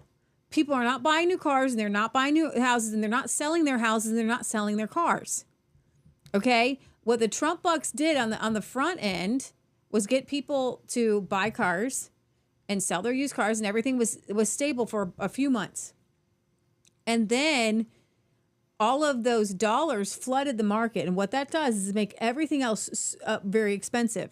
We've never seen a jump like we've seen in prices over the past 4 years in my lifetime. I don't know about my mom's lifetime. I know that they had some issues in the 70s. But the jump in prices, it's almost terrifying, the jump in prices. Okay? And your even if your wages begin to meet or even try to come up with inflation, your taxes you're still paying more in taxes because you're having to spend more money. So they're taking more money in taxes now, because you need more money to spend the more money, okay? So what happens is if every person, and I would venture to say, in the past 4 years, the reason why they're saying $5,000 check is because that the equivalent of what it would have been to get the $2,000 check. Do you guys remember when $1,500 would mean a lot to you? Could change a lot for you? I remember when you could have an apartment, you could have a car payment, you could pay all your bills, and you could have money left over on a decent income of $3,000 a month. And that was a good, decent income. Okay, you're making, what is that a year? It's, $32,000 a year. That's a decent income. Okay? That's a decent income. And you could make it. Now, you can't make it on that anymore. You can't make it. You can't make rent. You can't make your car payment. You can't make insurance. What they've done by flooding the market is destroyed everything. And Michelle and I are going to do a video soon, and we keep promising this because the Lord is solidifying this. And I'm going to tell you guys that my mom would always tell me this. She'd say, Leah, Michelle, don't worry, we're going to take care of it. Taking care of the world. I'm going to change the world. I'm going to change the world. I'm going to change the world. We're changing the world. Through the power of God. Through the power of God is what I mean. Donald Trump keeps promising you guys that he's going to change the world. He's not. Okay, it's going into the toilet. But I can tell you this. When you grasp on to what the Lord has been showing me, I believe that you're going to get through what's coming, and you're going to thrive on the other side when you understand that it's about the God that you serve. Because if you don't serve the God of this world, and it's about a mental serving, it's about a spiritual serving, then God will take care of you. And I just want to throw that out there. There's going to be more later on that. State Farm ain't there. Insurance giant not budging to help fire victims avoid the list to collect personal property payouts. California Insurance Commissioner Ricardo Lara has released the list of insurance companies that have agreed to give fire victims over 75% of coverage without making the list of their belongings. State Farm is not one of them. State Farm, which represents 20% of the market in California, dropped more than 1,000 local policyholders in the months, weeks, and even days before the Palisades fire on January 7th, and has come in for particular scrutiny for its treatment of its customers. Earlier this week, a State Farm executive was fired after being exposed by James O'Keefe's OMG News for, among other things, expressing the opinion that homes should never have been built in the Pacific Palisades in the first place.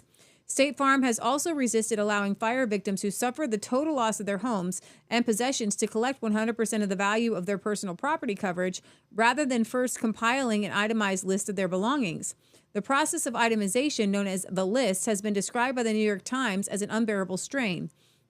After California Insurance Commissioner Ricardo Lara encouraged insurers to pay 100% of personal property coverage, some firms complied, and some offered at least 75%, but State Farm remained stuck at 50%. In a press statement, Lara said, "Cutting the red tape and paying claims is what policyholders need now." So basically, you have this personal property coverage, and it would normally just kind of pay out. But now State Farm says, we're only going to pay out if you actually had those items in that value. Wow. Patriot Gallery makes a really good point here. What I want to give, I know we have a lot, we need to end our show soon here, but we haven't talked about this probably ever one time on our whole show, but it's a part of my childhood. There was a store, actually where our auto shop is right now. And we called it the Yellow Store because it was a cinder block building and it was yellow. And they had candy in there. And when we were very, very, very, very little, they still had penny candy. Now, that was a loss to them. I think it was like a liquor store. But it was a loss to them to still sell their penny candy. And so we would go in there when I was very, very young, and I mean really young, and still get the penny candy For going to the movie theater usually. Or something like that. So Patriot Gallery reminds me, and this is a big deal, she says, a candy bar went from a nickel in the 60s to 79 cents in the 70s. A nickel was a big deal. Most people only bought penny candy. So, you know, when you were talking about that big hike and what happened in the 70s, Leah? Richard Nixon and the gold. Right. So this is why we are always a huge proponent of gold and silver. Now, somebody had left a comment. I don't know if it was on Tonight Show or where I saw it earlier. Maybe I was reading comments. And they were like, you know, I really do want to get into, I think it was on Tonight Show. I really would like to get into gold and silver, but I don't know who to go to. I don't know who to trust because it seems like everybody out there might be a scam. Sure. We recommend giving Zhang Enterprises a call by going to our website, resistancechicks.com/God's Money.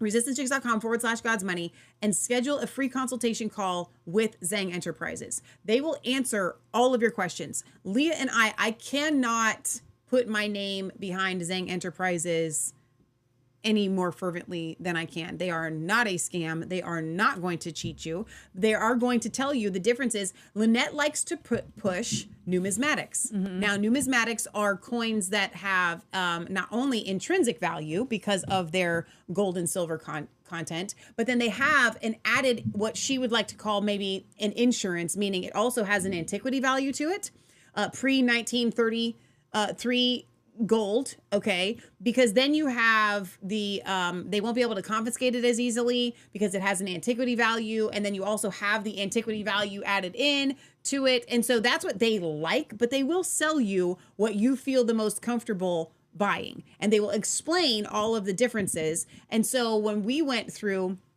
at the time we were going through ITM trading, but we were there because of Lynette.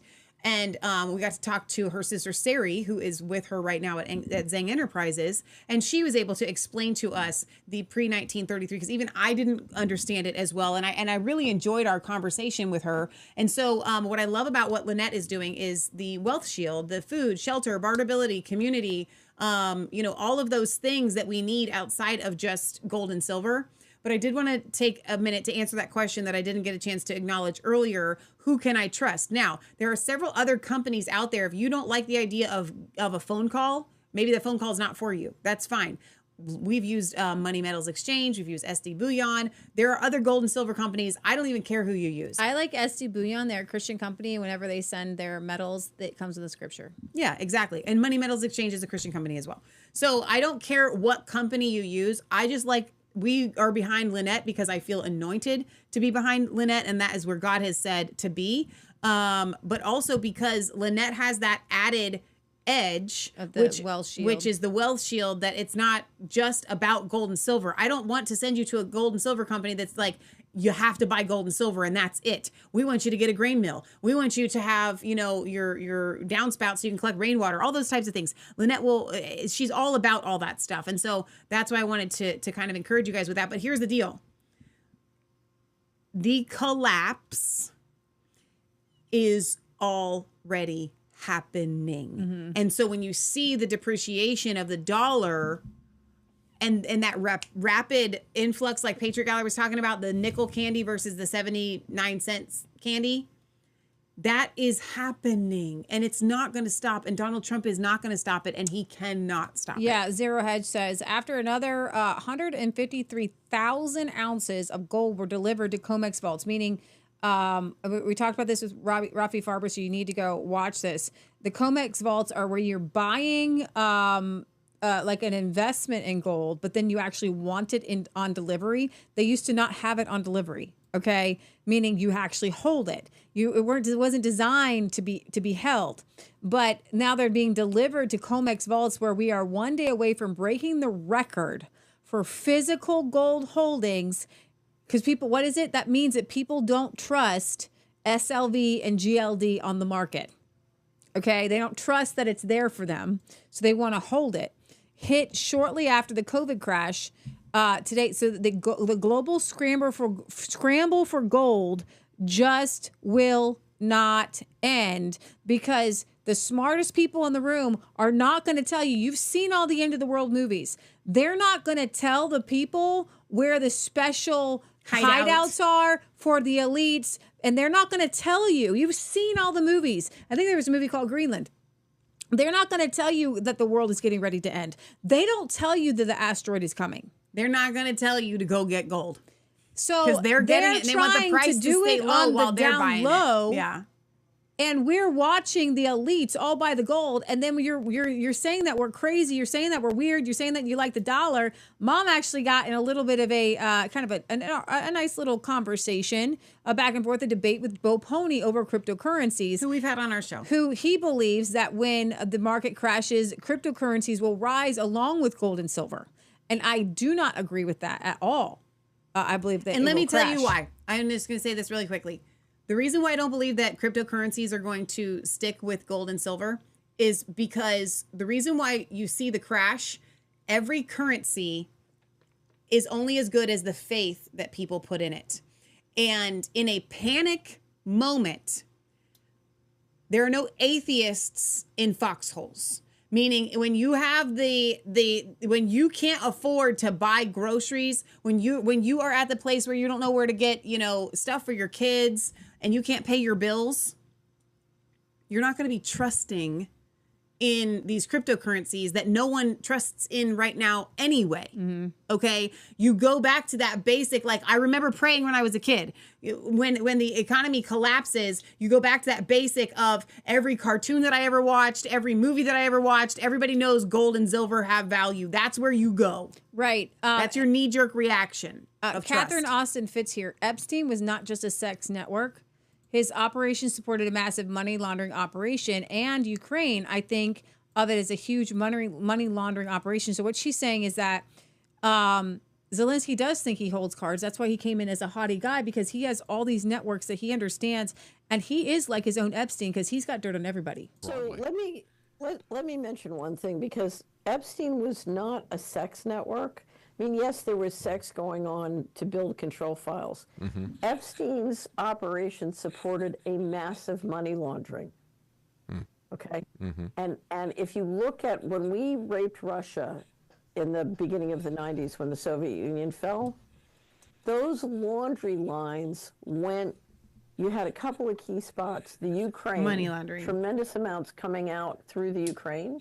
Remember, and we were teamed up with the Russian mafia. There's a wonderful book called Red Mafia by Robert Friedman about the Russian mafia. And the important thing to understand about the Russian mafia is they're 99% Jewish. So you have enormous rat lines through the Ukraine, into Israel, into New York, and London. So London, New York, Israel, Ukraine. So we're talking, when we talk about the Ukraine, you know, you can think of it as a war. I think of it as a huge financial money laundering operation. Oh, yeah. And we've seen that with the Biden family as well, you know. Right. that exploded in the public eye, that part of it. Right. Yeah. But the Epstein operation is right in the middle of that. In other words, Zelensky at the White House and the Epstein files, you know, everybody thinks they're two different stories. To me, they're one story. That's good, right. yeah. That's right. They're one that's, story. That's an interesting way to look at it. Yeah, that's right. And when Trump says to Zelensky, you don't hold the cards, Zelensky's thinking, no, my name is on the bank accounts, and I still got pots of money, and I got all the intel about where the money came in and where it went out. So he does hold cards, is what it looks like to me. That's Interesting. really interesting. It's interesting. And I know that a lot of people are going to love that because she mentioned Israel. So there's your dose of Israel into your veins today. All right. So the Tate brothers, Michelle, Andrew Tate, last week we spoke on how he had been released from Romania due to pressure from the Trump administration by Richard Grenell. He still has a trial awaiting him in Romania. He shows up in Florida. In Florida, the AG of Florida has decided, you know what, we're going to look into these guys. They issued some warrants. They got their phones. Andrew Tate was not happy about this. He then tweets out that he's going to leave. I wasn't going to stay here long. Goodbye, Florida. It's been fun. He said he was going back to Romania. He wasn't going back to Romania. He lied. He took a detour, and now he is in Las Vegas, which is hilarious because I thought he was a Muslim. And you'll notice a few things. He's gambling during Ramadan and drinking alcohol. Muslims do not drink alcohol. Muslims do not gamble, and Muslims do not gamble during Ramadan. So dude's not a Muslim. He's a fake Muslim. Milk Bar TV here. I'm just going to remind you of who the Tates are. I don't think this one has any curse words, but here they are explicitly talking about how they are pimps. Tips on raising daughters so they don't end up 304s, prostitutes, on the pole, OnlyFans, etc. Most men I know don't have daughters for these reasons. I'll chime in very quickly and I'll say, most men don't have daughters for these reasons. How do you make that happen? I'm just going to have sons. I have recruited, I think, although you've worked with a lot, more girls into, I guess, the adult entertainment industry than anyone else. I really have. And the one type of girl I couldn't recruit were girls with rich parents. Oh, do that for money. I don't need money. My family's rich. So when I see these broke boys on Twitter and on Instagram be like, oh, my daughter, I'm raising her right, and she's like 9 years old, but he like works some crappy job. He's a wagey. I'm like, she's going to get that Louis Vuitton purse one way or another. So you might want to level up your game and buy it for her, my G.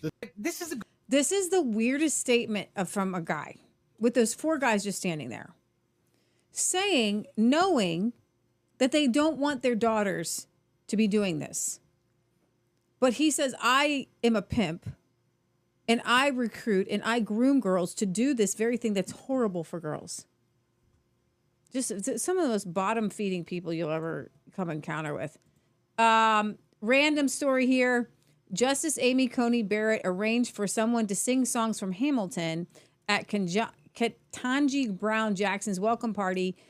Jack Posobiec says, there it is, meaning they're friends. And Ketanji Brown Jackson is a far left radical. I'm going to skip that one for a second. So here we have Candace Owens with Andrew Tate, who seems to be hopped up on roids after he was kind of forced out of Florida, right before he was forced out of Florida. And Candace Owens would like to debate anybody on this. There have been numerous on the Tate thing offers, and she won't. I don't think she's going to. And trying to say, well, it's not Christian, it's not this, he's a bad guy, and suddenly everybody wanted to look into Andrew Tate. That I watched that happen live. Okay, so any person who would like to debate me on that, who is a neocon, who is pretending that they've held these perspectives about Andrew Tate forever since the investigations began, please, I invite you to have that conversation with me, because you're all lying, okay? Let's not dress this up as something that it isn't. This is about Andrew Tate saying something that you don't want him to say because he's too influential. And So this is ridiculous. What is he saying that people don't want him to say? And she's making it about Palestine and Israel. That's it. But here's the thing, Candace. I will throw this back in your face. Show me where Andrew Tate was talking about Israel before he became in alliance with you and became a grifter of the anti-Zionist movement. That's exactly what he is. Okay, Andrew Tate is a grifter of the anti-Zionist movement.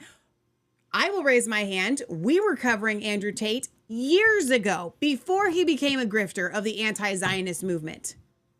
Like, I will say this, when Tucker Carlson came out and was like, oh my gosh, here's this guy saying all these things, and then there's this case against him. I believe Tucker Carlson because I didn't know anything else. Then when I started to see the videos, I was like, oh my gosh, this guy is horrible. But you're right, Candace. He is saying things that we don't want him to say. He's saying vile, disgusting, demonic, satanic, perverse things. Anything that he says about Israel, I couldn't care less. So here is, I cannot believe that he said this on this Patrick David podcast. It's unreal. But if you're a man who's stuck with a woman and you don't even get along with each other and it's a show marriage and you have to be together and you argue all the time and you're sexually repressed and you're being promised in secret that you can go to an island and finally be pleasured and satisfied, no one's ever going to find out, that's how you end up on the island. So this whole monogamy garbage that's being pushed by the West, especially amongst our elites, is the reason we have the biggest problem with pedophilia. And they don't have this problem in South America because they all have girlfriends. They don't have this problem in Russia because they all have girlfriends. The Thai elites don't have this problem. They all have girlfriends. But here in the West, we're saying, nope, you just stick with your wife, only her, be happy with her. What happens if you don't get along? But if you're... So he's saying, Andrew Tate is saying this just happened this week, by the way. This is not an uncovered video. No. This is brand new. He is tripling and quadrupling and doubling down against monogamy. He's saying that people went to Epstein Island because they couldn't openly have girlfriends. Thailand is one of the #1 destination for pervert pedophiles. The children walk the streets. Don't tell me the Thai elite just have girlfriends. And in South America, children are raped and brutalized and sex trafficked. And it's not because because they all have girlfriends and they don't need to have sex with little kids. Meaning they believe that you should only have, you hear he said, you should just have one wife and be faithful to her. And that's why Epstein Island begins. It's just so stupid. He's just an idiot. I can't.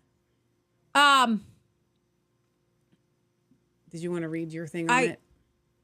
Yeah, being mad, they're saying that we're just mad at him. Being mad at someone and being disgusted by them are two very different things. I would be happy never to see these two crazies again, but they want to be seen and heard in the conservative spaces. I am disgusted that with all the Trump administration has to do, they spent 2 seconds trying to help sex trafficking pimps who boast about their pimping hose degree, having sex with minors and using this as a tool to get women to obey them, in their own words. I'm disgusted by text messages and court doctrines that make minors do horrible things.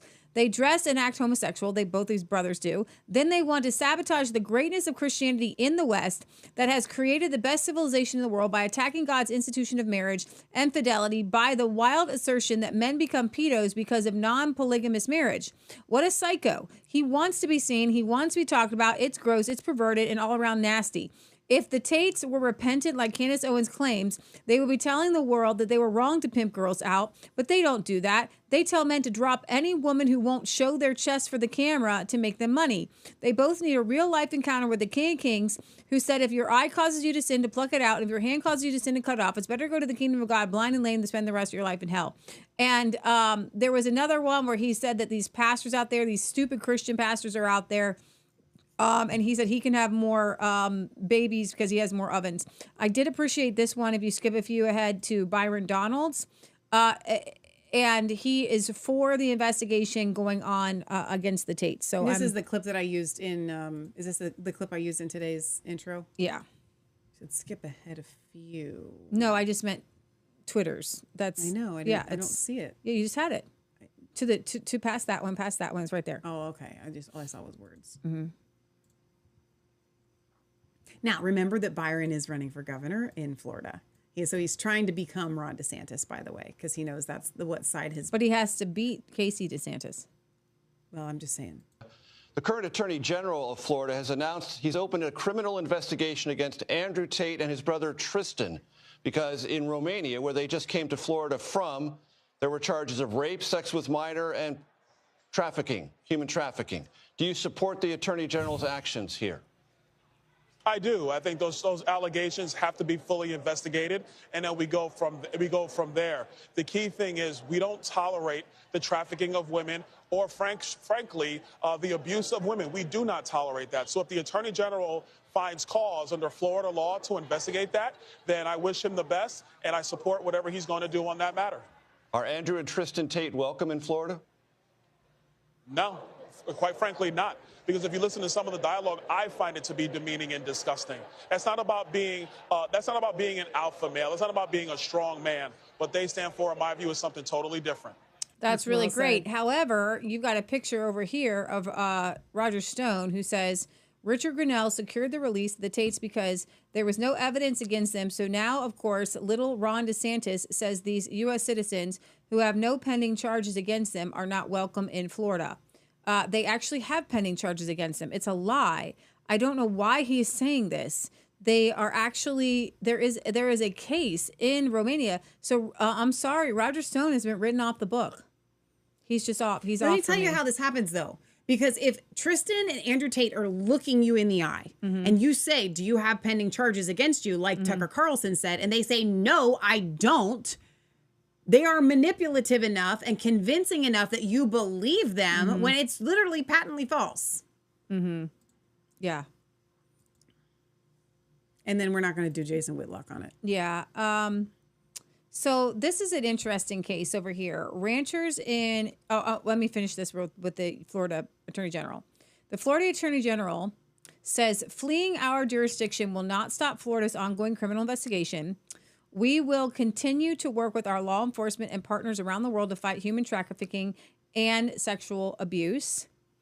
And then he says, sexual brutality does not equal conservative masculinity. These guys charged with human trafficking and rape around the world may have fearfully trafficked themselves from Florida, but that doesn't put our criminal investigation on hold. That's good. Mark Wahlberg here says, I would say that I am nothing other than a humble servant of God here.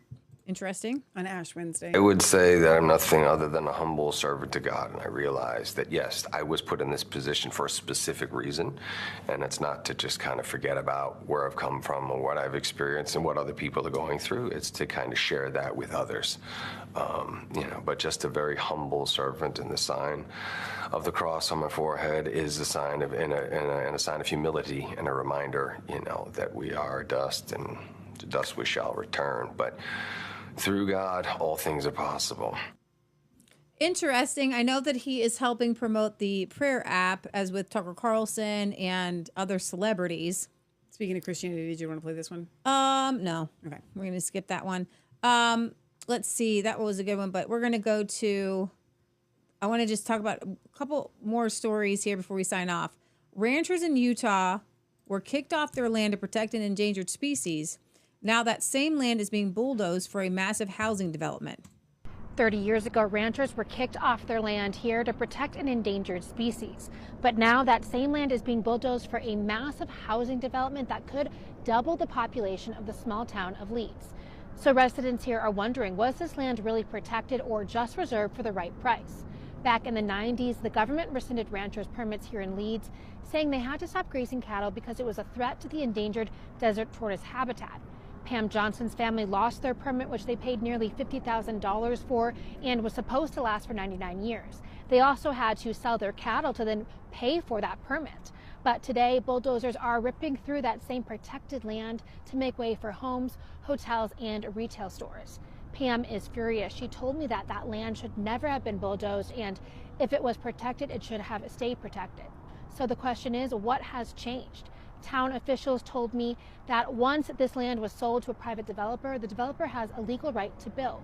The mayor said that the town needs this tax revenue and that revenue will help with some necessary infrastructure improvements.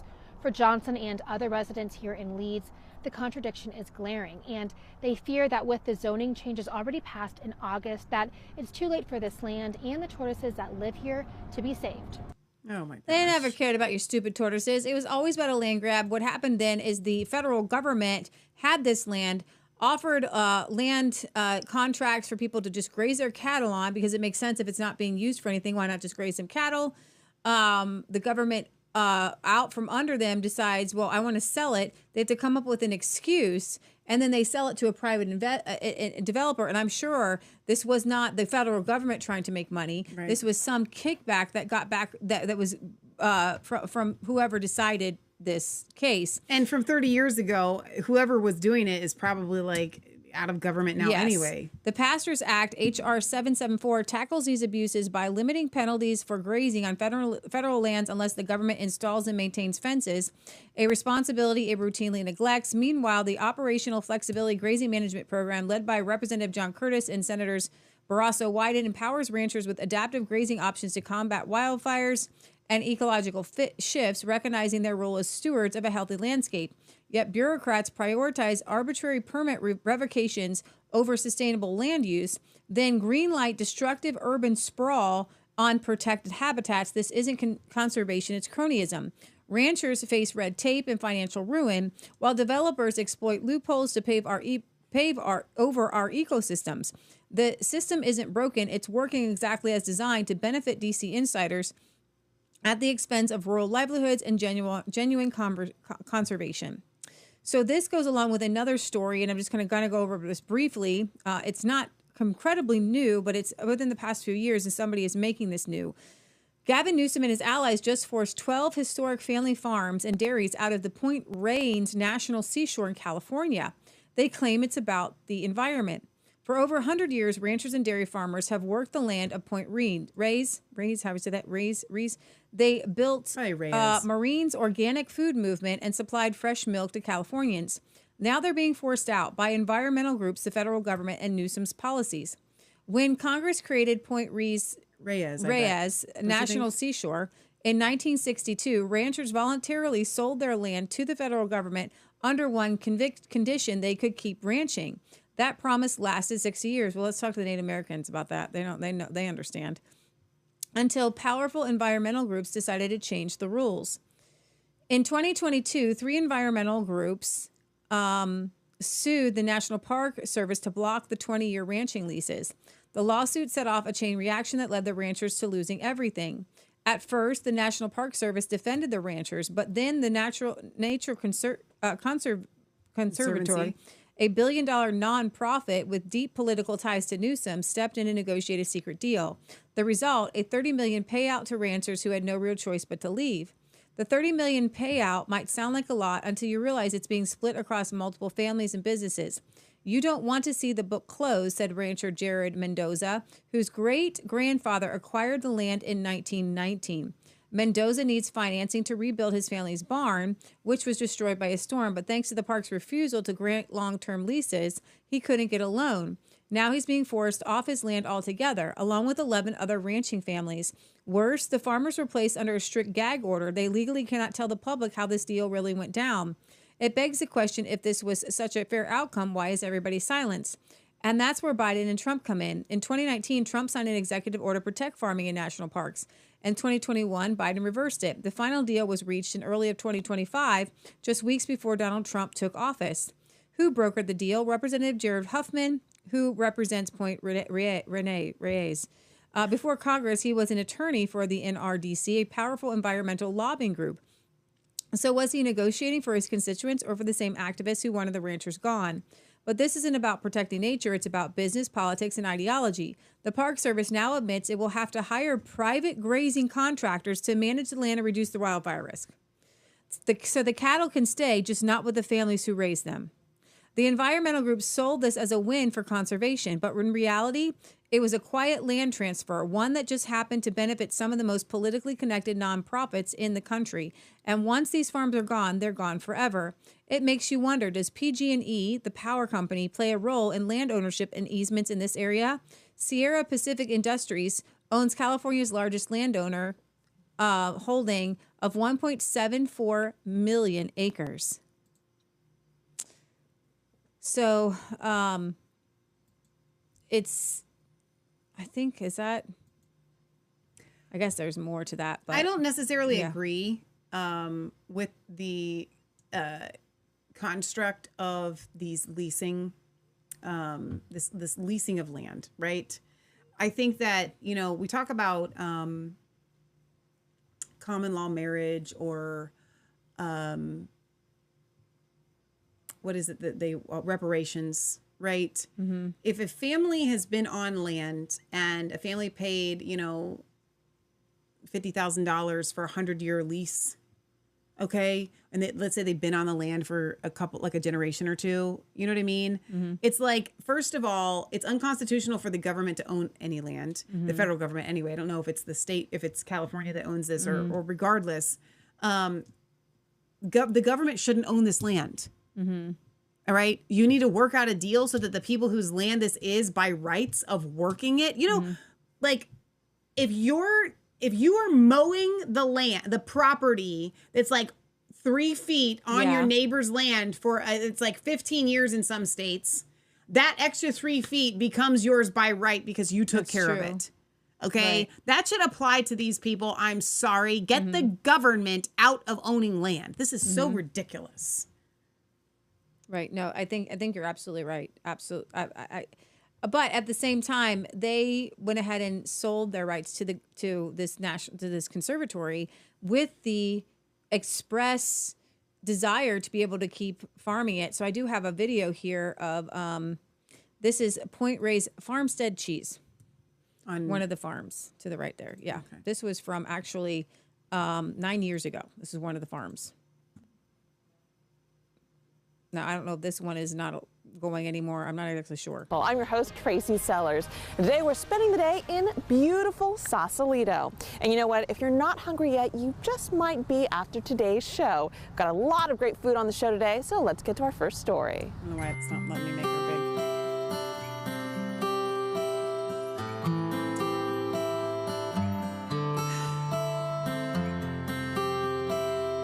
It's the clip that broke the show's My back. sisters and I are third generation dairy family here in Point Reyes. We're just and my grandfather and my Let's see if I father can just close grew- it. I can close it. Okay. Well, if that's the that's all I can do. It froze. I'm sorry. That's fine. There was just a clip on the farmstead cheese that was growing there, and it was like one of the, you know, it's a dairy center and as well as meat. So it was just kind of a neat clip. Oh, sorry. Yeah, no, it's fine. It's fine. So, Leah, your takeaway on, you know, we talked at the start of the show, which if you guys joined at any time, you know, after this, you missed the whole egg explosion of the start of the show. Yeah. The running theme for Resistance Chicks that you're going to get every time you come here is we need to have a relationship with our food. Whether it's these ranchers and the land or eggs and chickens or, you know, getting a side of beef from a local rancher, you know, whatever it is, God intended us to be close to our food. He did. And anytime the government, whether it's a local, state, or federal, is trying to get in between people that grow and raise food, and those of us that consume it, it's a bad deal. Yeah. Okay. And so what we do here at Resistance Chicks is we encourage, like Joel Salatin does, start where you can. Start with what you have. If you can't grow or raise your own food, find people locally that you can get it from. You will find that your life is enriched. Your body is healthier when you do these things. Okay. So we are going to have Dr. Syed Haider on. We did the interview with him. You'll enjoy it. It's all along that kind of same vein of health and holistic healing and so on and so forth. So look for that next week. I don't know when we're going to do it. Leah's birthday is on Tuesday. If you want to send her a card, you can. P.O. Box 107, Milford, Ohio 45150. If you send your cards, we'll read them on air. Leah and I did a show yesterday. I did a show. I want to encourage you guys to go and watch. I just titled it, God Gave Me a Message that I Needed to Hear, and You Might Too. And then Leah came in at the end, and I just, if you need an uplifting message, the feedback that I've had on that has been great. So thank you for everybody that's commented on it and said, I really needed to hear this message. So thank you for that. This week, we also had Rafi Farber on The Outliers on Monday. We did Healing for the Fractured Soul on Tuesday? No, we did the State of the Union. It wasn't really a State of the Union. We did that, but that fractured my soul. Revelation Red Pill this week on the Judgment, I felt was one of my more enjoyable Revelation Red Pills. So you guys can check that out. And then, of course, little Leah was on with her mom on Revolutionary Revivalist last night. It was absolutely phenomenal. So good. We'll be back on Sunday for our World News program. Now, before you leave, we're going to keep advertising for this until something clicks. We are headed to Arizona probably for Memorial Day weekend. There is a date in April that we're still holding with an open hand, but probably for Memorial Day weekend, and we would like to do an event. It's going to be, speaking of prepping and how do you get ready for what's coming, what about gold and silver? I don't really understand God's money. Maybe I need to learn some more. And also, I would like to be able to defend my property, and I would like to be able to know what my rights are as a human citizen of the United States. So we're going to be doing preparedness, God's money, and God and government. This event that is going to take place at some point in Arizona. Now, all of you guys have been asking us to come to the West Coast because we have done countless events on the East Coast, and we have gone to several events as far as Missouri. It's the last time we were on the West Coast was Montana in we did go to Texas in 2017, but we've never personally put on an event in the West Coast. And you guys have been asking us to do that. So as the Lord has led, we don't have a lot of connections connections out there. So exactly. If you guys know of a good place, like maybe a church wants to host it, or whatever, or you guys want to volunteer, you want to be involved. Other podcasters out there in that vein that you think might be a good addition, let me know.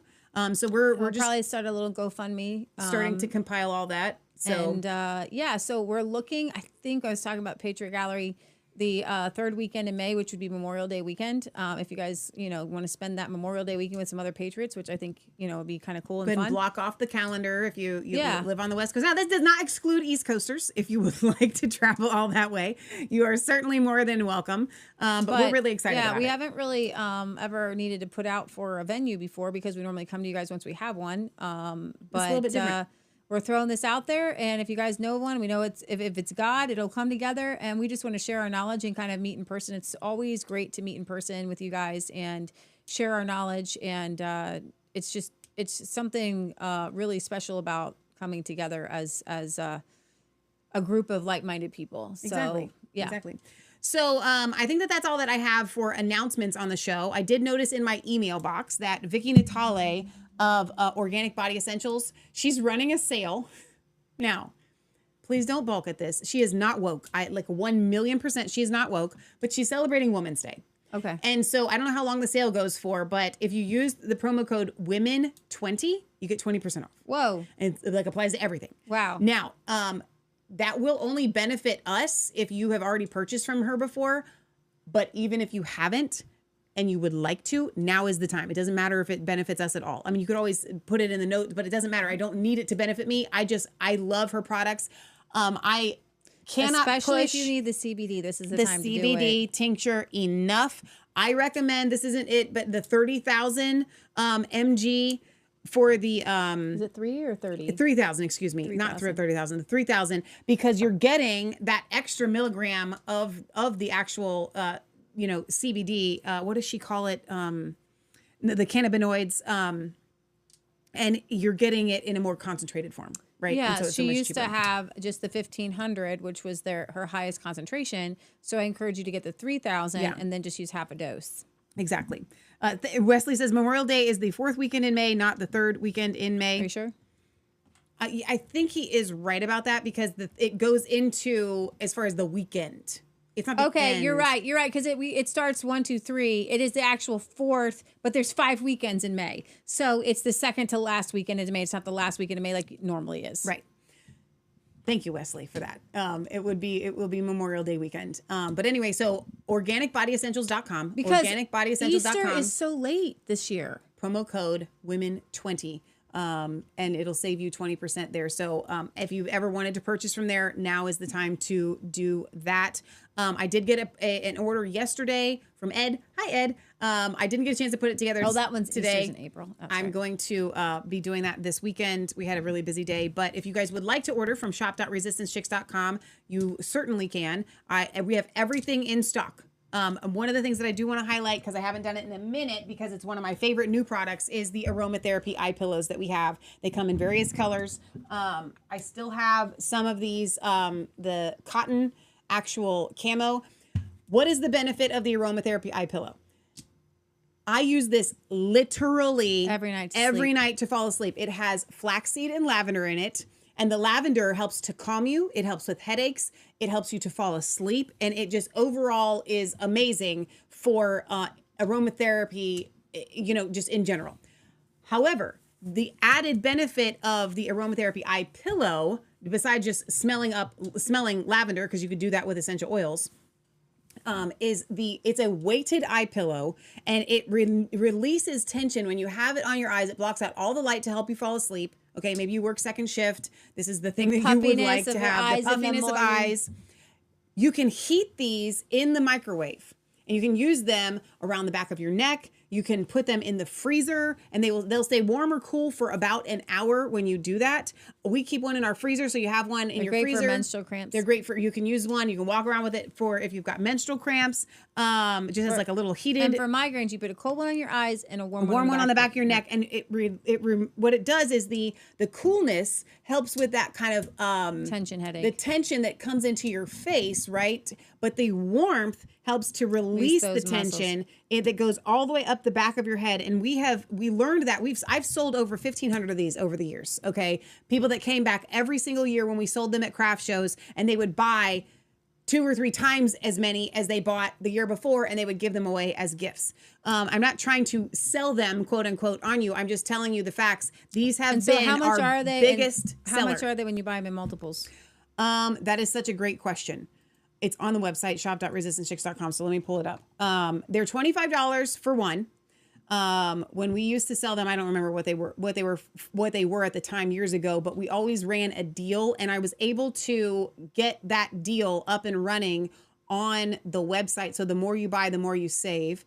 Oh, look at that. You also get 10% off for every new customer. If you show up and the system recognizes that you've never been there before, it'll give you a promo code that you can use one time to save 10%. So let me grab this, and I'll screen share this with you guys so you can figure out what it looks like. Shop.resistancechicks.com is the website. It's super easy. Just a shop in front of resistancechicks.com.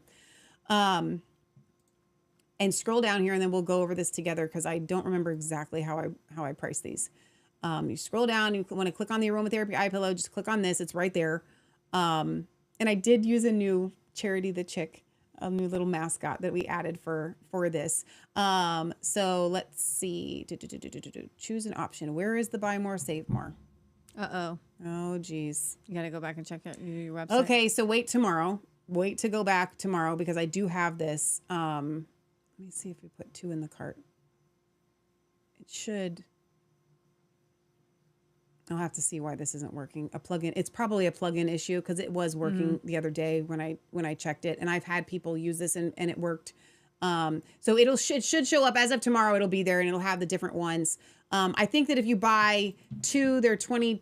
$2.50, and if you buy 3 or more, they're $20 a piece. Okay. I think that's what Cool. it is. Awesome. So shop.resistancechicks.com. Get them for your family. Especially if you have a family that has migraines or headaches, or has insomnia and trouble sleeping, things like that.